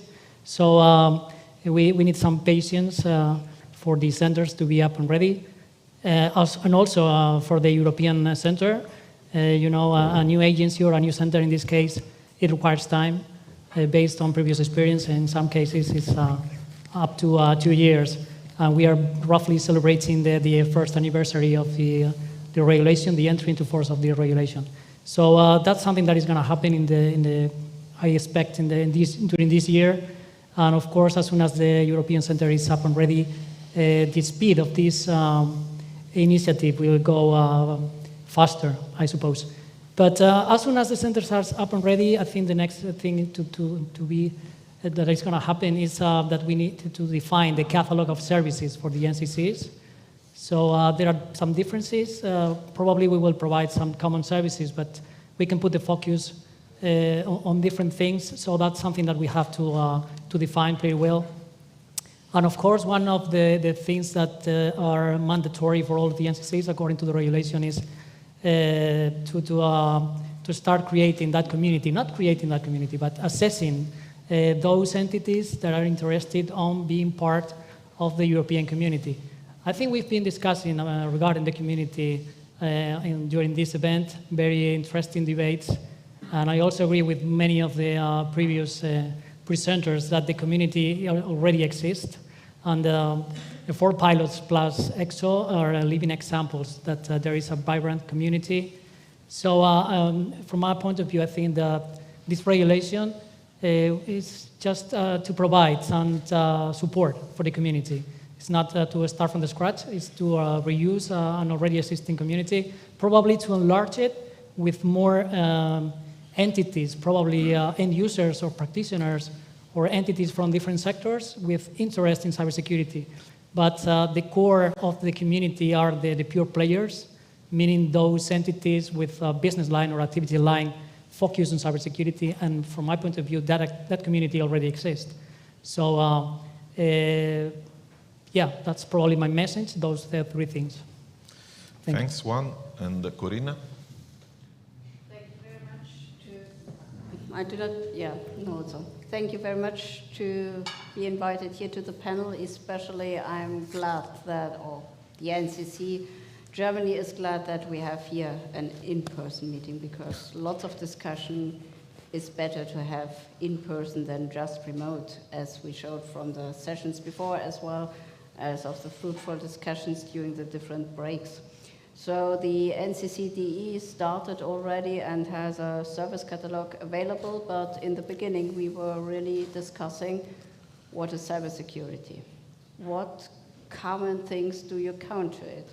What kind of attacks or defense mechanisms you might prioritize? And very fast we came to the comparison with the Rubik Cube. The Rubik Cube has in the middle a kernel. But how is a kernel defined from the cybersecurity perspective? Is it the security you want? Is it the application that drives all other parts you want to adjust?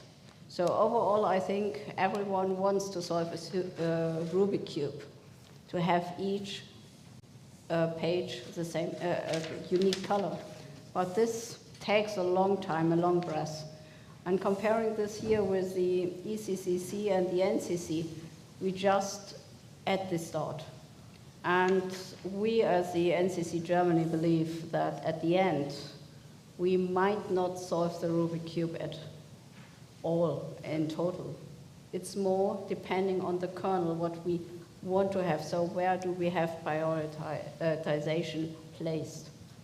Might it be on a protocol layer? Might it be in the application? Might it be with the stakeholders need we want to satisfy?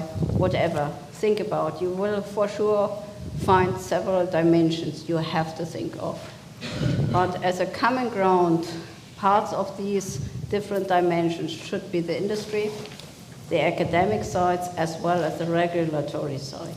Those are basic pillars that have to work together, and I think the 4 pilots that are in place did a great job over the last years. And we should really build on this 4 pilots on. So please contact your partners, to contact the different national centers, to keep in touch, to build their really good community. And with all this knowledge in place, we believe that we can define our services better, as well as solving the Rubik Cube. And overall, when we put all national centers together, we believe we will have the power and the time, as well as the strength, to solve it as a common task. And this is what we defined as the German Competence Center as Next. Very good. Thanks, Corinna. Joanna from ECSO. Thank you so much.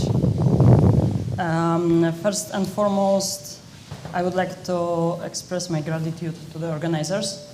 I'm super delighted to be a part of this exceptional panel and also to represent ECSO. But coming back to the opening remarks, I have to admit that it took me a while to decide how to answer the question that is basically indicated by the title of this panel, simply because when you are having open-ended question about the future of cybersecurity in Europe, it gives you so many possibilities about thinking of different scenarios, also the most ideal ones. So, you know, your imagination is up and going. But then I figured that we are having, and especially ECSO being a part of this panel, we are having this exceptional opportunity to really focus on the most concrete elements maybe even one recommendation for the future of how cybersecurity in Europe should look like. And I understand that our task is to speak from the perspective of the organization that we do represent, so I will be speaking from the ECSO point of view. And one important caveat, I joined ECSO only 1 month ago, so I take no credit whatsoever for everything that I will say here. We're having Roberto and Nina, we had Luigi participating in the event on Wednesday, so they are people behind all the things that I will be describing as something that ECSO can bring to the table. So coming back to the story, I figured that, okay, what would be the most concrete recommendation that I can give from the ECSO perspective to maybe contribute to the discussion?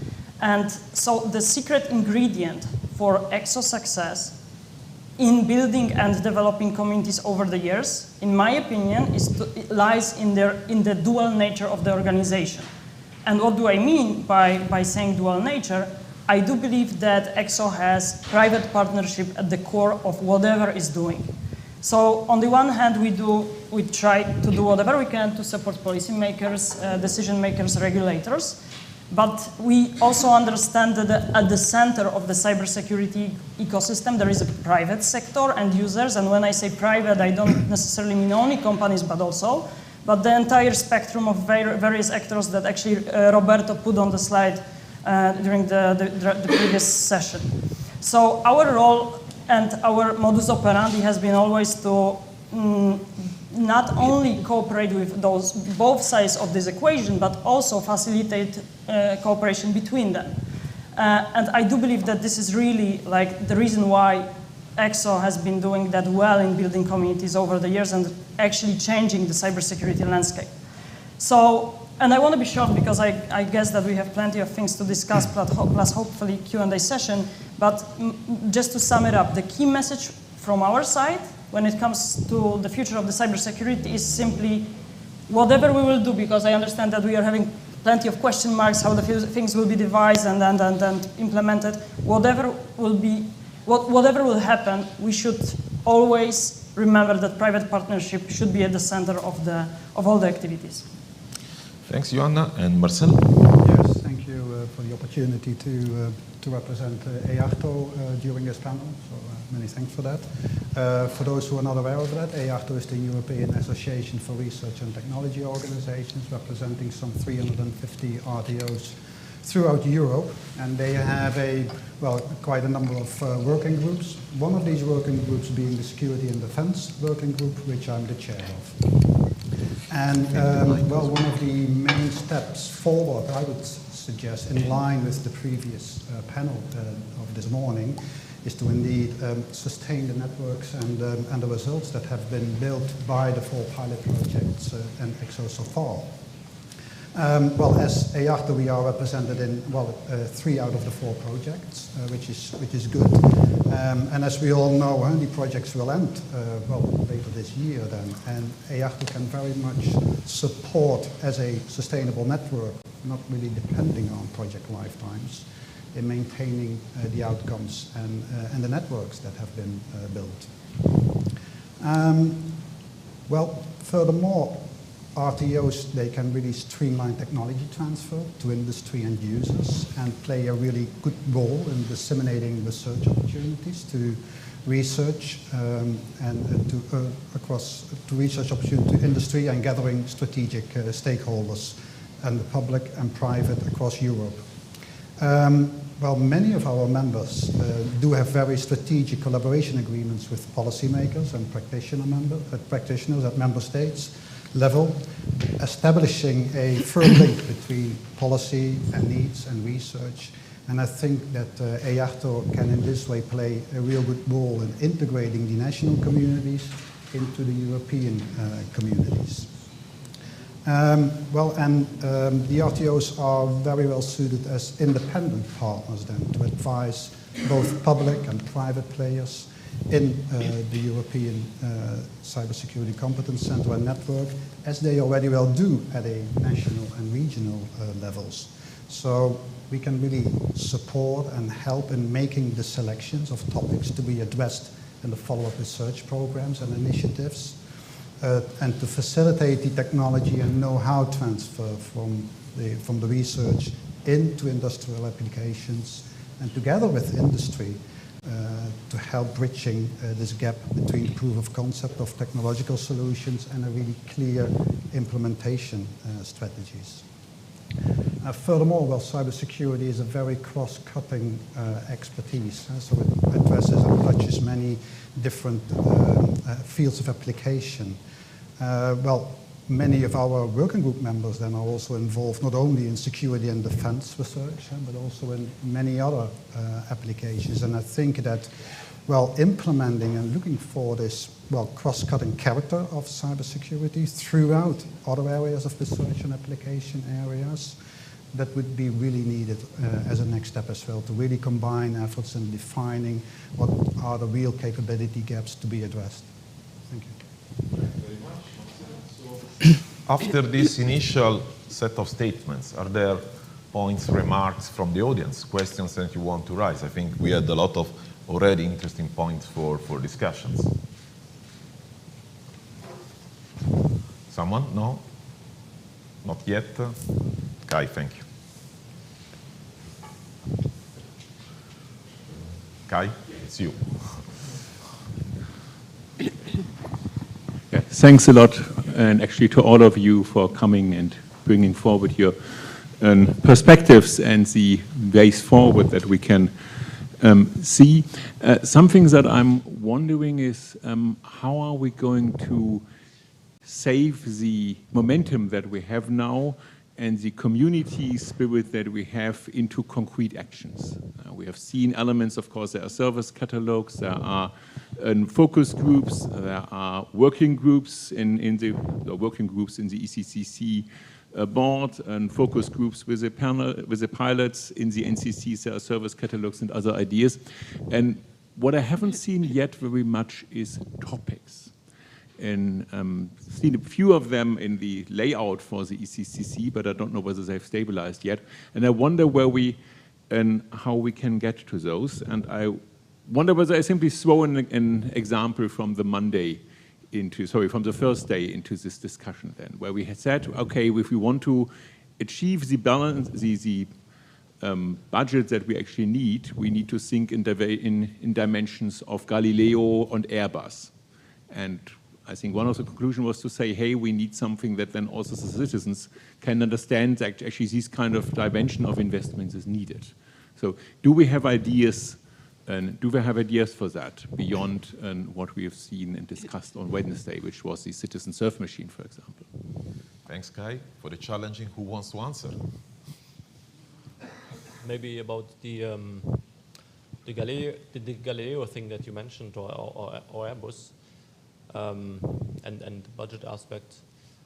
What we have seen the last year, so what we see more and more is that cybersecurity is getting part of very different areas. So cybersecurity is popping up in very different sectors in all areas, I would say. And I think what we also have to look into, especially linked to that specific budget question, is to make sure that the cybersecurity is being addressed in all the other initiatives that are going on. And there is one I'm thinking about, for instance, which is an Airbus-like initiative, which is the IPCI Cloud Infrastructure Services, which is an initiative which is going on at the moment to build a European cloud infrastructure. And in there, we should also make sure that cybersecurity is part of it. And I would say use that initiative or the budget to be precise that is foreseen for such initiatives to address the cybersecurity topics that are relevant for this specific thing. I think that's an approach that we could do in the short term. And then in the long term, maybe see, okay, how do we get maybe to an evolution when it comes to investments to levels of Galileo or others. But short term, I think making sure that we as community and everybody in his own possibilities to make sure that cybersecurity is being considered in other areas because it is relevant everywhere today. Thanks, Pascal. Miguel? Yes, I wanted also to react to the question from Kai. Thanks very much. Well, first of all, I would like just to fully agree with what Pascal said. This is super important. There's a series of talking about strategic technologies, you know, for Europe, and he mentioned cloud, but artificial intelligence, chips, what have you, and it's critical that the security dimension is incorporated, as we often say, by design from the beginning. And actually, you can see in some of the legislative proposals in those areas that you have references to security that will have to be addressed. But then moving to the core cyber sector, let's say, well, it's challenging, isn't it, to come with that type of Galileo type of idea, and quite frankly, you know, the cybersecurity is a very diverse landscape, and I wonder, you know, even if, well, the budgets that exist, in particular that have been made available, you know, at the European level with the digital program, I wonder if the market will manage to get organized in order to absorb that thing, because people need to get, you know, organized, and it's not that easy. You were thinking about an idea. You can have some indications from the work programs, actually, of the kind of priorities that are indicated there. And in the work program of the Digital Europe program of cybersecurity, there's a very big, let's say, very big topic area around cyber detection and sharing. And there's an ambition there to kind of, you know, join the different capacities for detecting cyber threats and sharing that information. In several member states, there's efforts to federate those things. So I don't know if you could compare to the Galileo effort, but this is what comes to my mind. Sometimes we call it for short SOCs, Security Operations Centers, but behind that there's much more. There's of course the CSIRTs and what have you.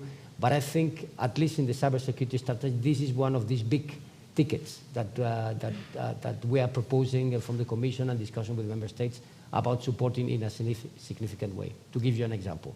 Yeah, and I think the 4 pilots have contribution here that they gave and could give in the future with the technologies that we developed.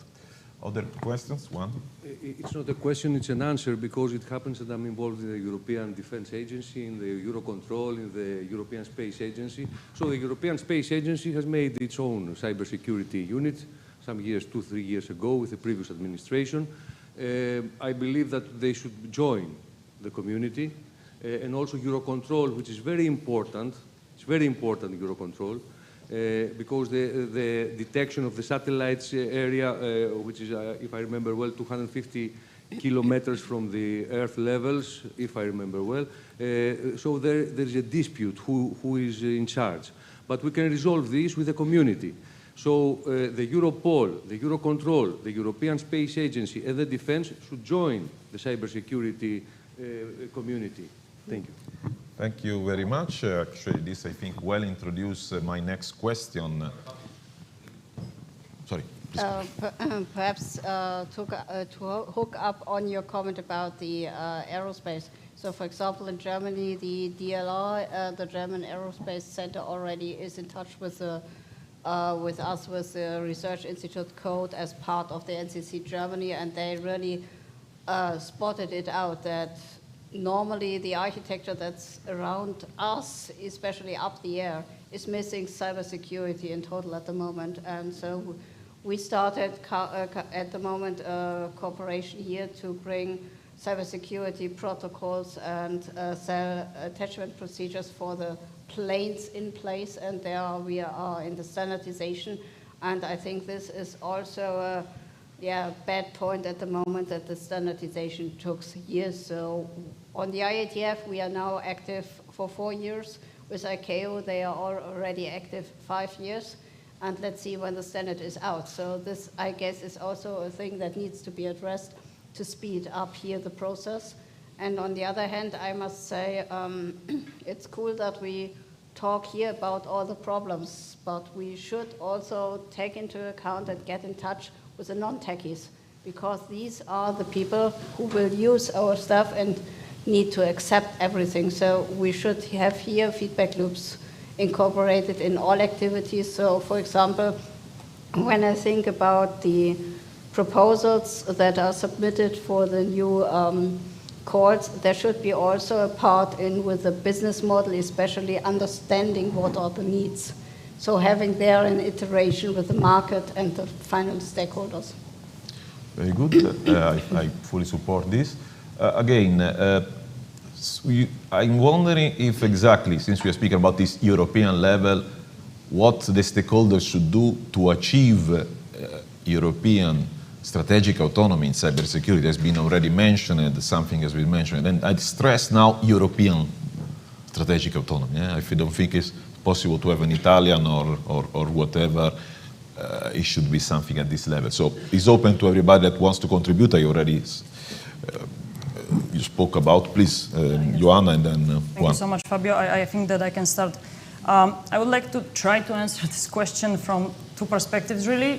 So first I will take a little bit helicopter view, and then I will try to speak a little bit more about some details. So, needless to explain, I guess, in this room, or remind the 5 classical stages of cybersecurity process, but we know very well that it starts with identify.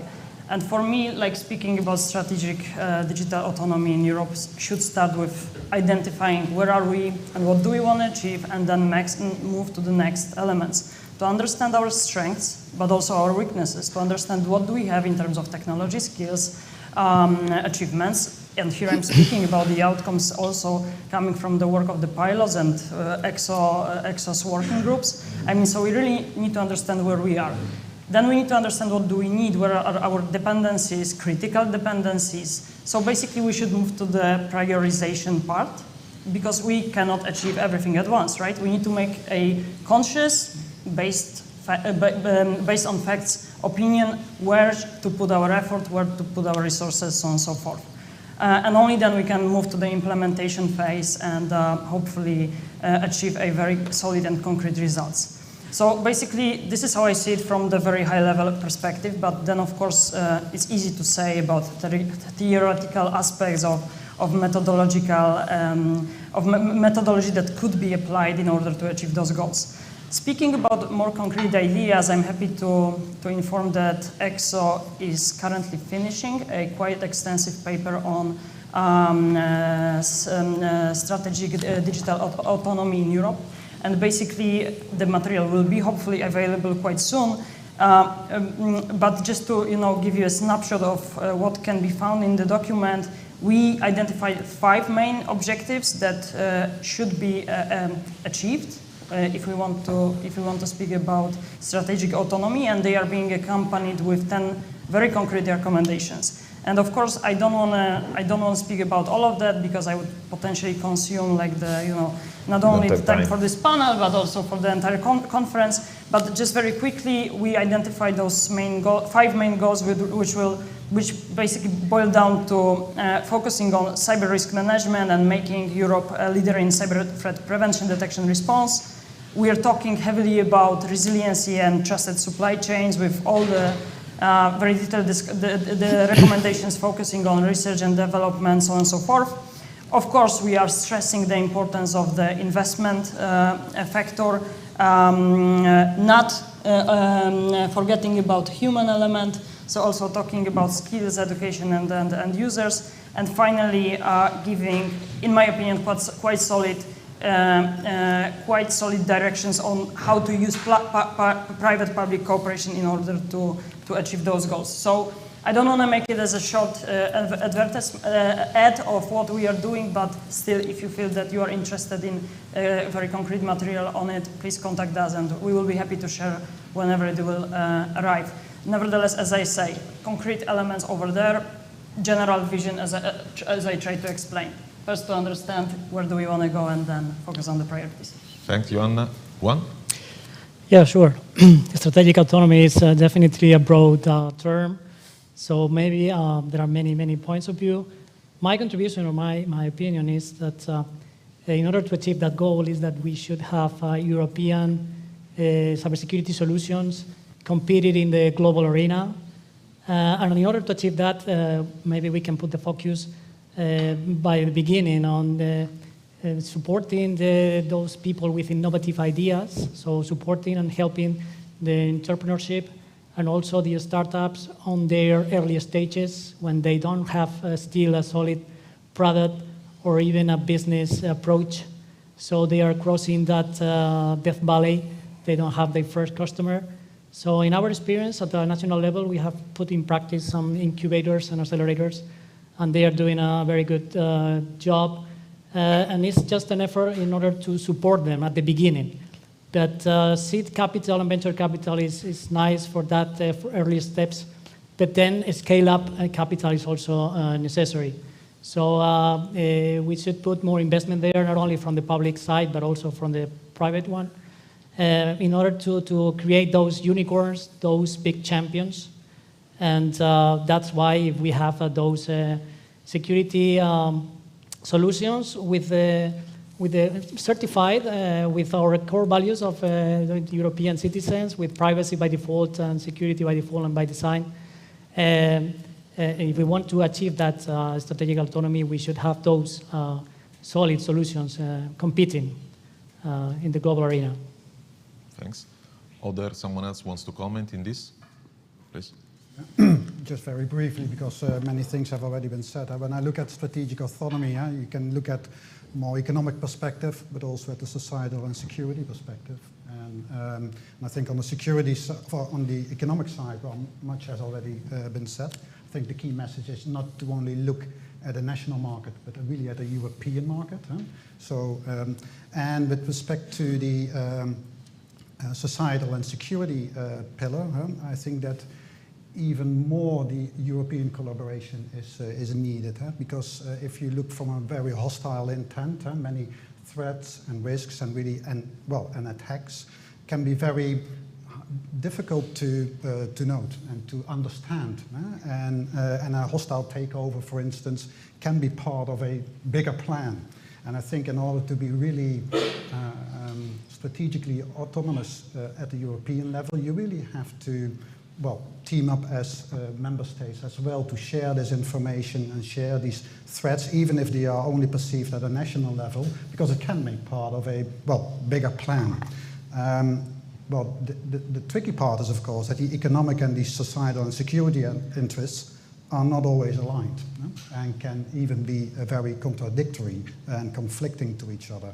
And I think that what we then could do and need to do is how to find the good and correct balance between this economic perspective and the societal and security perspective, so that you can really make the right decisions both at a national and a European level to safeguard or to take back control in strategic autonomy. Thanks. Miguel? Yes. Yeah, talking about strategic autonomy, I feel like, going for the big picture, especially with the geopolitical context. And strategic autonomy, in that sense, is about having the critical resources at home. And by that, I mean food, defense, communications, and things like that. And one critical resources these days has become digital technologies in today's world. And in particular, some leading, critical technologies around data management, cloud, what have you, chips. So from the European Union side, this digital agenda, I recall, it's at the very top of the political priorities, next to the green agenda, and now, let's say the health aspect has been added because of the pandemic. But I recall to have a push on those data, artificial intelligence, what have you, is critical for strategic autonomy. And then it was said before, and Pascal introduced it again, the security dimension in this critical technology needs to be introduced, because it has not been the case traditionally, because traditionally it was about speed and taking the technologies quickly to the market and going fast. And then we will think about security afterwards. This is where we come from, and this needs to change. But then there's the cybersecurity sector itself, you know, to have as one critical sector, as an important resource. And then when I see what's happening in some other parts of the world, the way, you know, the public authorities, I'm talking about the United States, China, Israel, the UK, the public authorities are taking this sector, have a vibrant cybersecurity sector as a strategic kind of asset. There's something that we should look at. Well, the ambition in the proposal of the competence center, you know, that was the idea behind. In a way to align, to pool resources, to agree on strategic directions for investment, and to align what member states and the EU and the local level does. And behind all that, there was an idea of strategic autonomy and direction. So, to put things in context. Thanks. On this, let me introduce a question that was raised in the previous panel. Which kind of mechanisms of direct funding the ECC or others have, rather than passing through the normal selection of projects or activities? So if you really need something through the ECC, a capability, as you know, on situation awareness, can with a new instrument found directly a group of people to provide the technology, or still it has, let's say, to go through the normal, let's say, procedures that the Commission has in these cases? Well, I have to say that the competence center, for that matter, is sourced by the European programs, and the rules of the programs have to be followed. This said, there's some margin there. Like, for instance, in the Digital Euro program, there's a number of possibilities that exist, and that have to be explored. And you know, that's also a kind of discussion that I expect to take place in the competence center itself, to see with the possibilities that we have, what are the, you know, what could be done differently. And actually, the scope is not just about European funding, by the way, I recall. The European Competence Center is about also what happened at member states level and lower, and trying to align all these efforts. And in these NCCs, that's part of the role. It's even in the regulation, I think, also to explore what are the pain points, what can be done differently at all levels, not just European, but also also national, local level. So your question, that's a question that should be, you know, really put in the center of, you know, of the activity, of the how efficient are the support mechanisms, how inefficient are they, what can be done better. So I expect the Competence Center to really take as an important discussion point, but also the NCCs with their communities.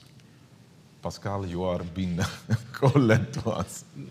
Maybe just simply to add on what Miguel just said, there is also, I would say, the NCCs will have also the possibility to decide if they want to use these cascading funding mechanisms, which would give them also a certain flexibility in doing local, national investments.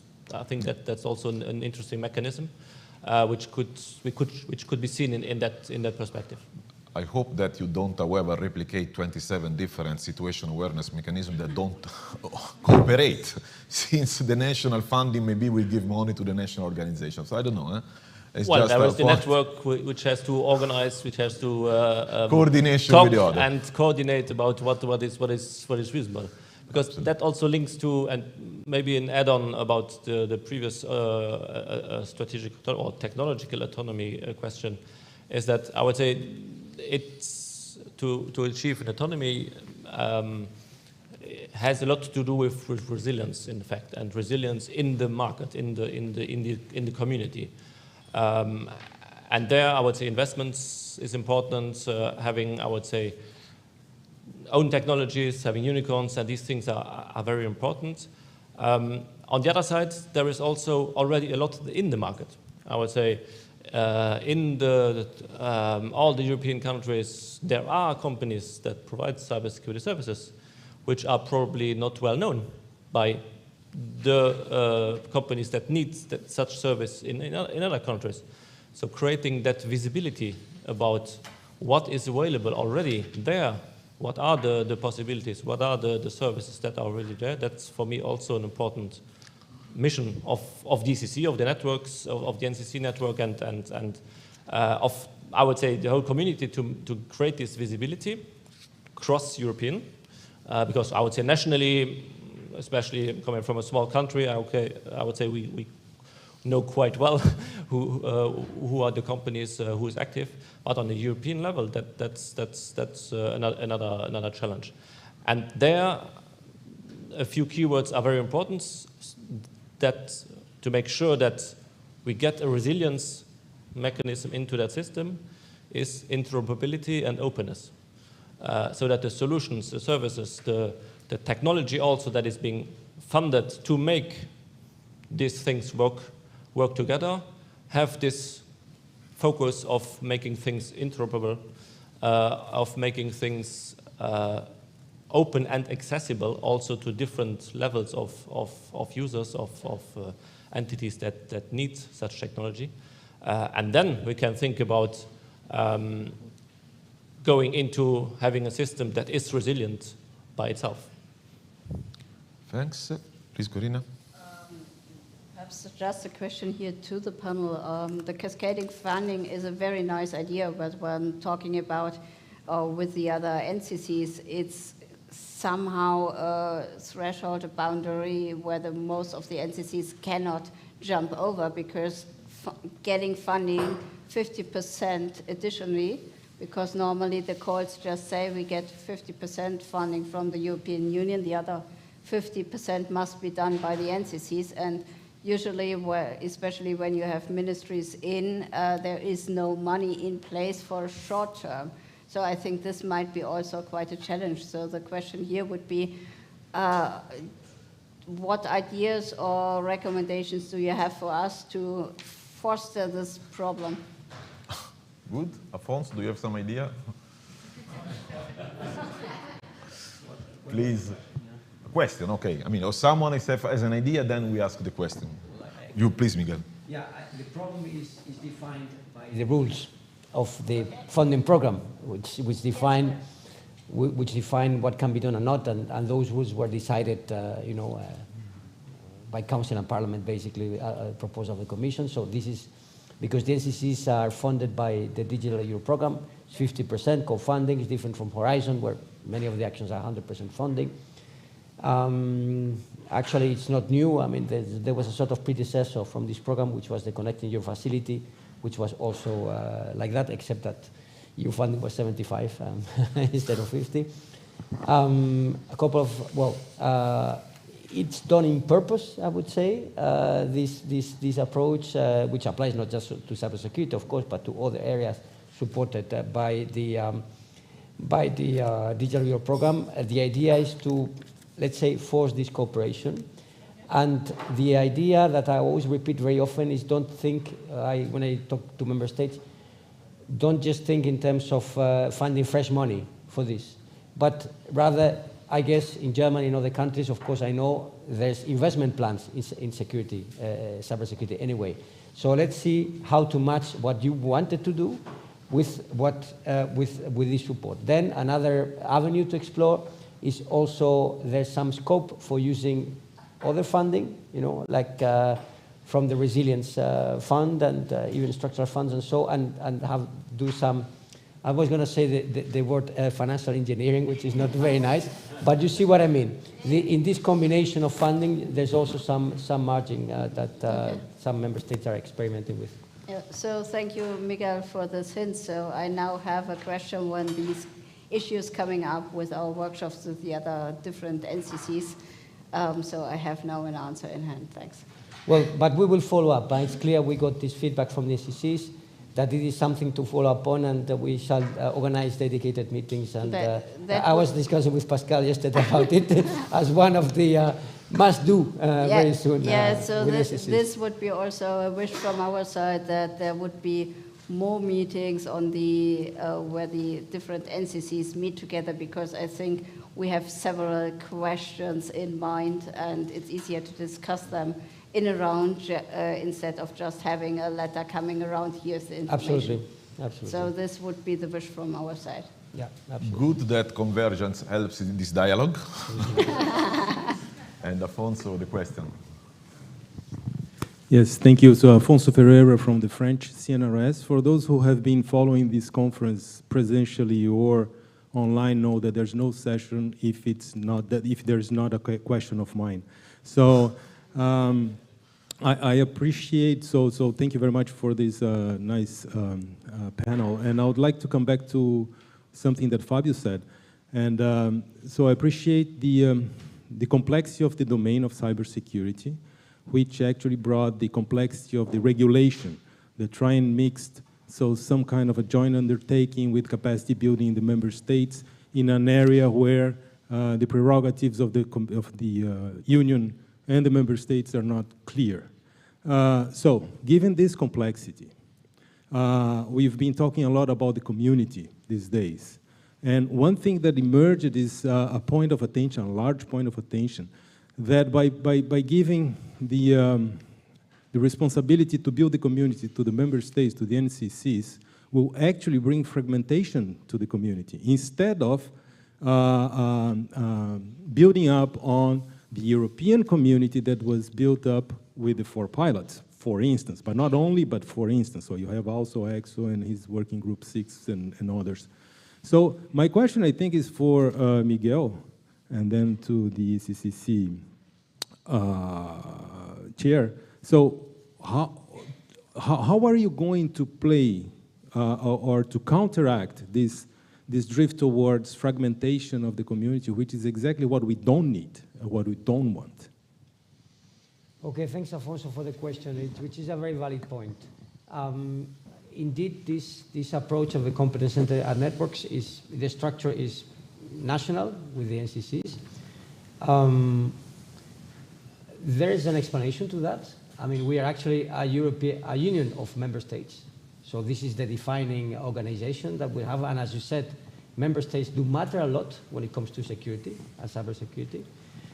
And it's not negligible, because you say risk of fragmentation, but it's not negligible the structuring effect of that organization. And one of the recurrent positive feedback that I get from this proposal, competence, so it comes from member states, and it came very quickly, and it was to say, listen, you forced us to coordinate at national level, because we had to come with an NCC, and that put us together and forced us to cooperate. So it is positive. This said, I take perfectly your point, and I've been thinking about it. It shouldn't be the whole story. It's good to have, better coordination nationally. But of course, it was mentioned before, we need to ensure that the NCCs network, they talk to each other. And then there is the aspect of another way of organizing things, and Kai alluded to it, about the topics. And then I think there must be some complementarity, which is not nationally member state based, but in terms of communities around topics. I think somehow, and I was thinking, what next for the pilots, because the pilots will formally finish one day. But they've produced so much, and I was thinking, something that I've told to the people from the pilots several times, let's think about what are the goodies in the pilots, very good things there in terms of skills, cyber ranges, or what have you. So one could think in terms of working groups of sorts, because the competence center in future can create working groups and the NCCs. So you could also complement this national kind of structure coordination from perhaps European level. From a topic, and this is where the pilots and ECSO and so can come up with ideas for the future. Thank you very much, Miguel, for introducing this point. Actually, this is the panel of what's next. It is a panel on convergence that is of the 4 pilots. For sure, the ECC and the NCC is the next big thing. So exactly what the 4 pilots can do for the ECC, and Miguel already said that the focus group could help in several topics, the way of dialogue we have, the event we are creating. Again, I think stressing the fact that at a European level we are already discussing as community the last decade, thanks also to effort of the Commission and many things. I think we should not lose this European umbrella that we created, and we basically know each other as a community of 5 hundreds or 1,000 people if you put together the 4 pilots and ECSO in terms of expertise. I mean, maybe more the research and innovation part. So, I mean, a question to everybody. I think Miguel already started from this point. Someone wants to mention, please, one? Yeah, well, I think we should take advantage of the experience of the 4 pilots and ECSO, because we are creating something new, but we have to rely on what's already done. And as I mentioned before, the community, it's something that already exists and is mature enough. So I think it needs no parenting. So I think the mission of the ECC and the National Coordination Centers is just to provide probably some structure to help to support somehow, but the community is already there. So I think you, the pilots, have been done a very outstanding work, and we should review all of your deliverables, considering the governance models and the rest of the things that you have already done in order to inspire us when creating the National Coordination Centers, trying to take all of your experience into consideration. But a part of that, you are an already existing community, so I strongly believe that you are going to be part of that core community. If you have a deep look at the regulation, it doesn't necessarily mention national communities. It talks about a big European community. So I think that that's the good thing, to have a European community, big community, and at this level. Of course, we can organize something at the national level. We also have, obviously, community there. But yeah, as I mentioned, our mission, I think, is just to support the community, no parenting needed. And so the experience of the pilots it's very, very important, as well as ECSO, by the way. Good. Other comments, please, Corinna?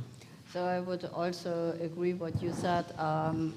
We had now 3 up to 4 great years with the different groups, the different pilots, as well as ECSO. So please do not break apart.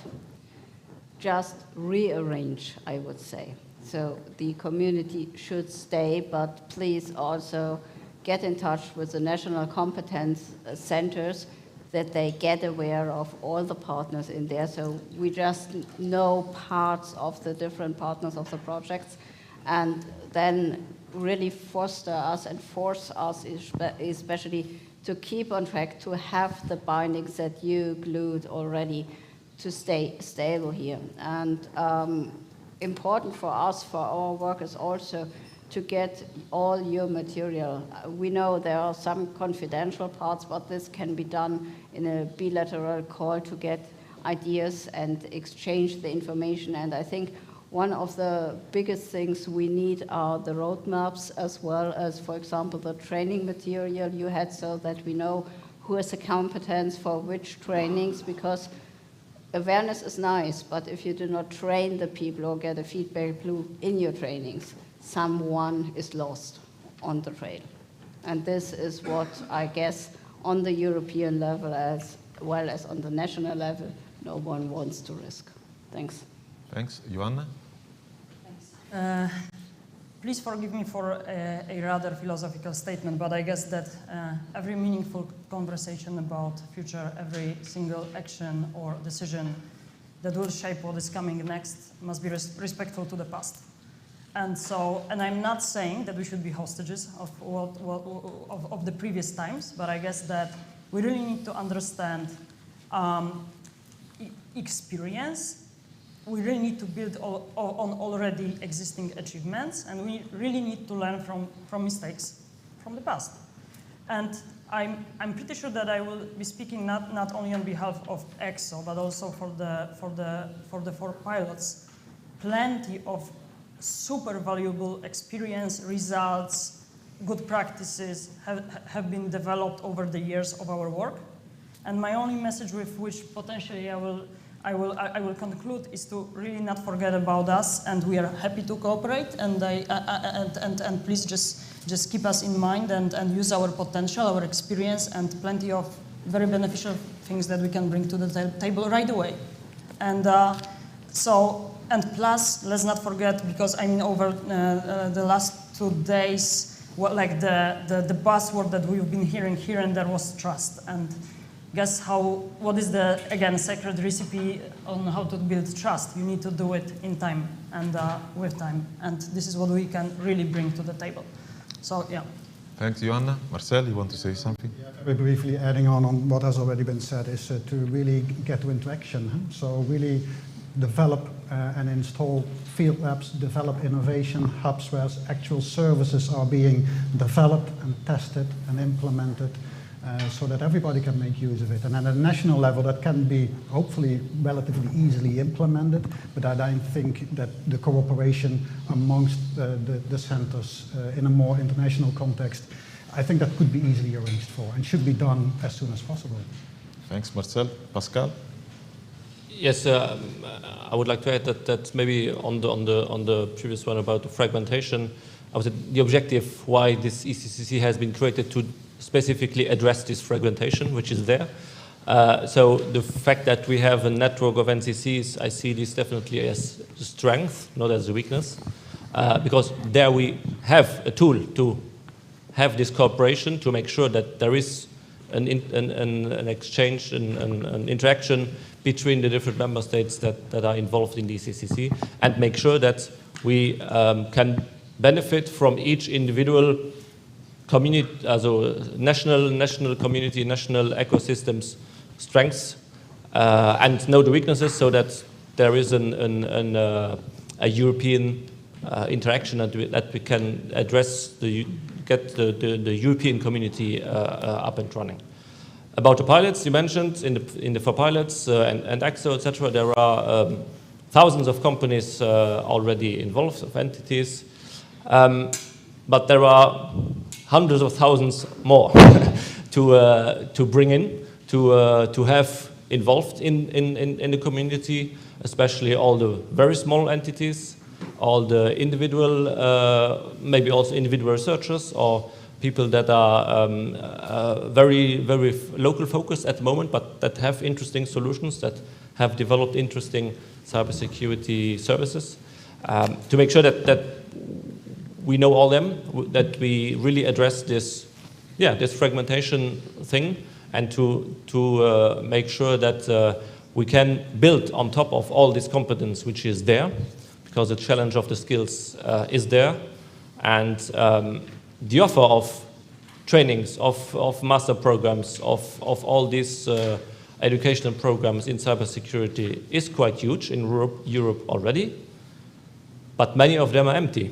So there is another very important challenge to bring in the people into this type of job, to make maybe the job more attractive. I think it's already attractive, but we see that there are quite some of these programs which are not empty, but which could be filled better. So this is another challenge, again, to create this visibility of that there is, the cybersecurity is an important topic in Europe, and that there is a future also career-wise for all the people in this area. Thank you very much, Pascal. Now this is the last opportunity for you to make a question, a comment. The gentleman, yes, please, last one. I think he needs a mic, I don't know.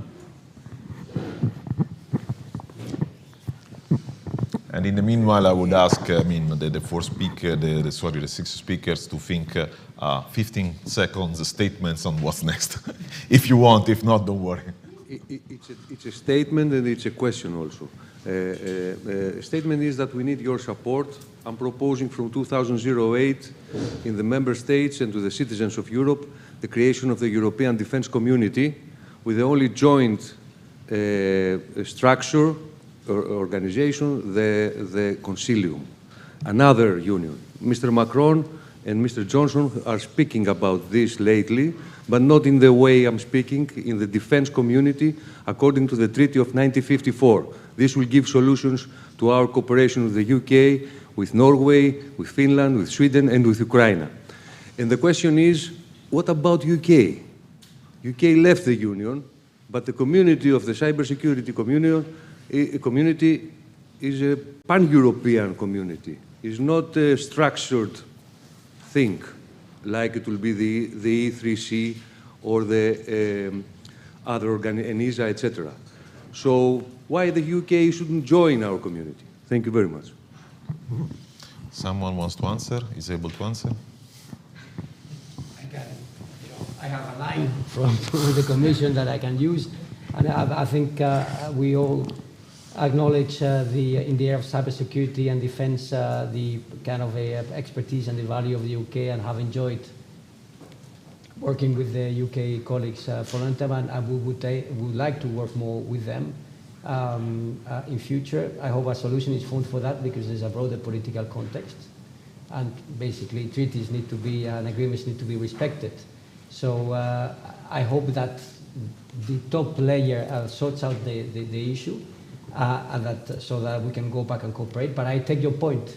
This is the time for cooperation, to join all the forces.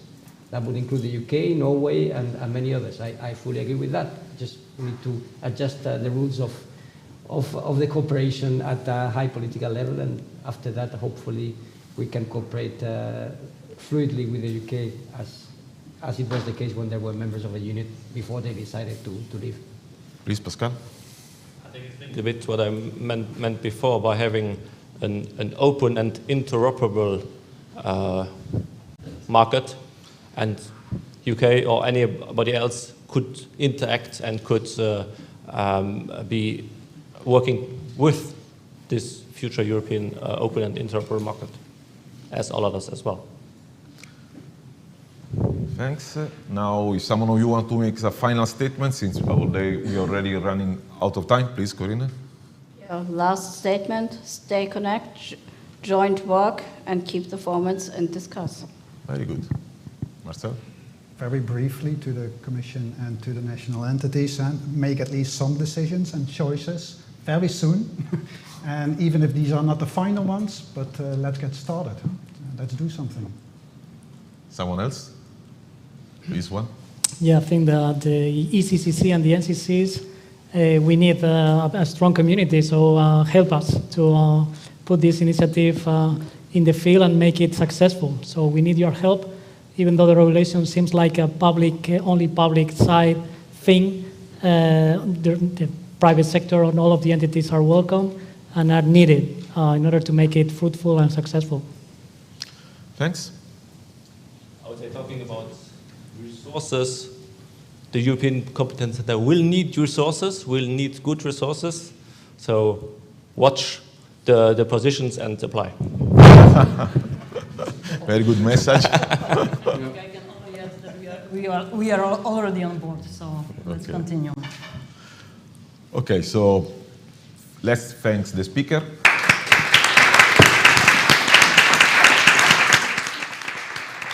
And before leaving, the organizers wants to make clear why physical meetings are better than other things. So here it is, the 6, I think. Okay. First. Wow. Thanks, Fabio. Merci beaucoup. I made it right, so good, excellent. Good, thank you. And Kai, the floor is yours.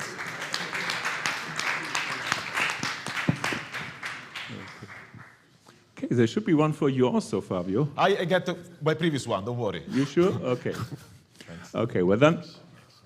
So, now it's my role to give a summary, which is not a problem because the team from Goethe University provided me with a 50-page document that I just need to read out for you for the next 60 minutes, and then we have a summary. No, but I think I'd like to thank you. And I'd like to thank you when we opened this. I said, please do not only celebrate the great results that we have seen, but also be candid and open over the deltas and the things and that we still have to do. And I've seen both happening. I've seen great results being presented. I've seen and thank you and applause for that. And I've seen open and candid discussions about the things that we have ahead of us. That's great. I've seen actually quite a few of comments also coming in terms of which areas do we need to work on. The surf machine, the device for the citizen that is going to work on is something that actually I got feedback saying, hey, there is a fragmentation in that market. We need to follow up on it. There's another asset, actually. Miguel talked about assets that we have, and assets that we have built up in terms of collaboration infrastructures, technical ones that are following our cybersecurity principles, and we should harvest on that. Big Blue Button is one of the examples here. And we have in broader, we have all of the assets in the GitHub and in all of the other places in the cyber ranges and the demonstrators. And again, we can harvest from all of that. So thanks a lot for that, and I think that should give us a view to the future. There's also something that we should like to, that I'd like to thank you is, and Miguel mentioned it, we had obviously not just a physical event, even though we have enjoyed the advantages of a physical event. We had a virtual event transferred further, and I'd like to invite everybody and to turn your view 90 degrees to this direction and have a look, and there you see actually the unsung heroes, the guys behind everything that made it possible that we could go out to the internet. That are the guys from Brussels Video Crew. And I think that they deserve a big extra hand for especially dealing with all of the volatile things and all the dynamics and everything that we have been actually doing to them on short notice, last minute, last second, and so on. They can tell lots of stories maybe when they join you for the coffee and cakes. They can tell you the most exciting stories. We were, I think, not an easy crowd. We were dynamic, and we were very, very thankful for you to have dealt with all of that and enabled the open and dynamic communication that we wanted to have. You have seen so many of these chocolates and documented in past. Some of you will be for you, but we have also decided that there should be some greetings from Hessen. Over there, yes. So this is just a sample. It's a wet sample, there's also a white sample, so we hope that you can have a quiet moment at some point in time and join all of that. But I think you get a hand from us first.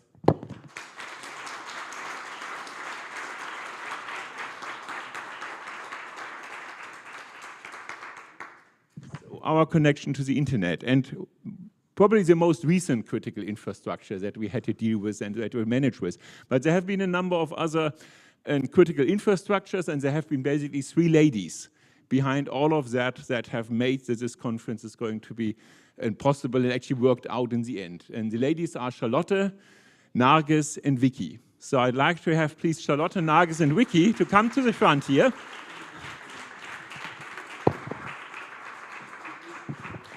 So please come to the front. We need you all of three here up on stage. Upsala. So, thanks a lot. So Charlotte and Charlotte with her team in the Hessen representation, the fact that you get coffee, that you get anything, that things are working out here, that Hessen is a nice place to be guest in, that is Charlotte. Charlotte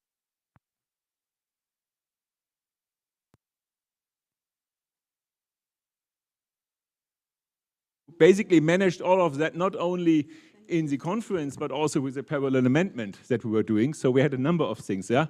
And the good ghost behind everything in the conference was Vicky. Vicky, thanks a lot. You kept the overview point of all of this, and we wouldn't have had it without you. So these three ladies deserve your congratulations and your applause.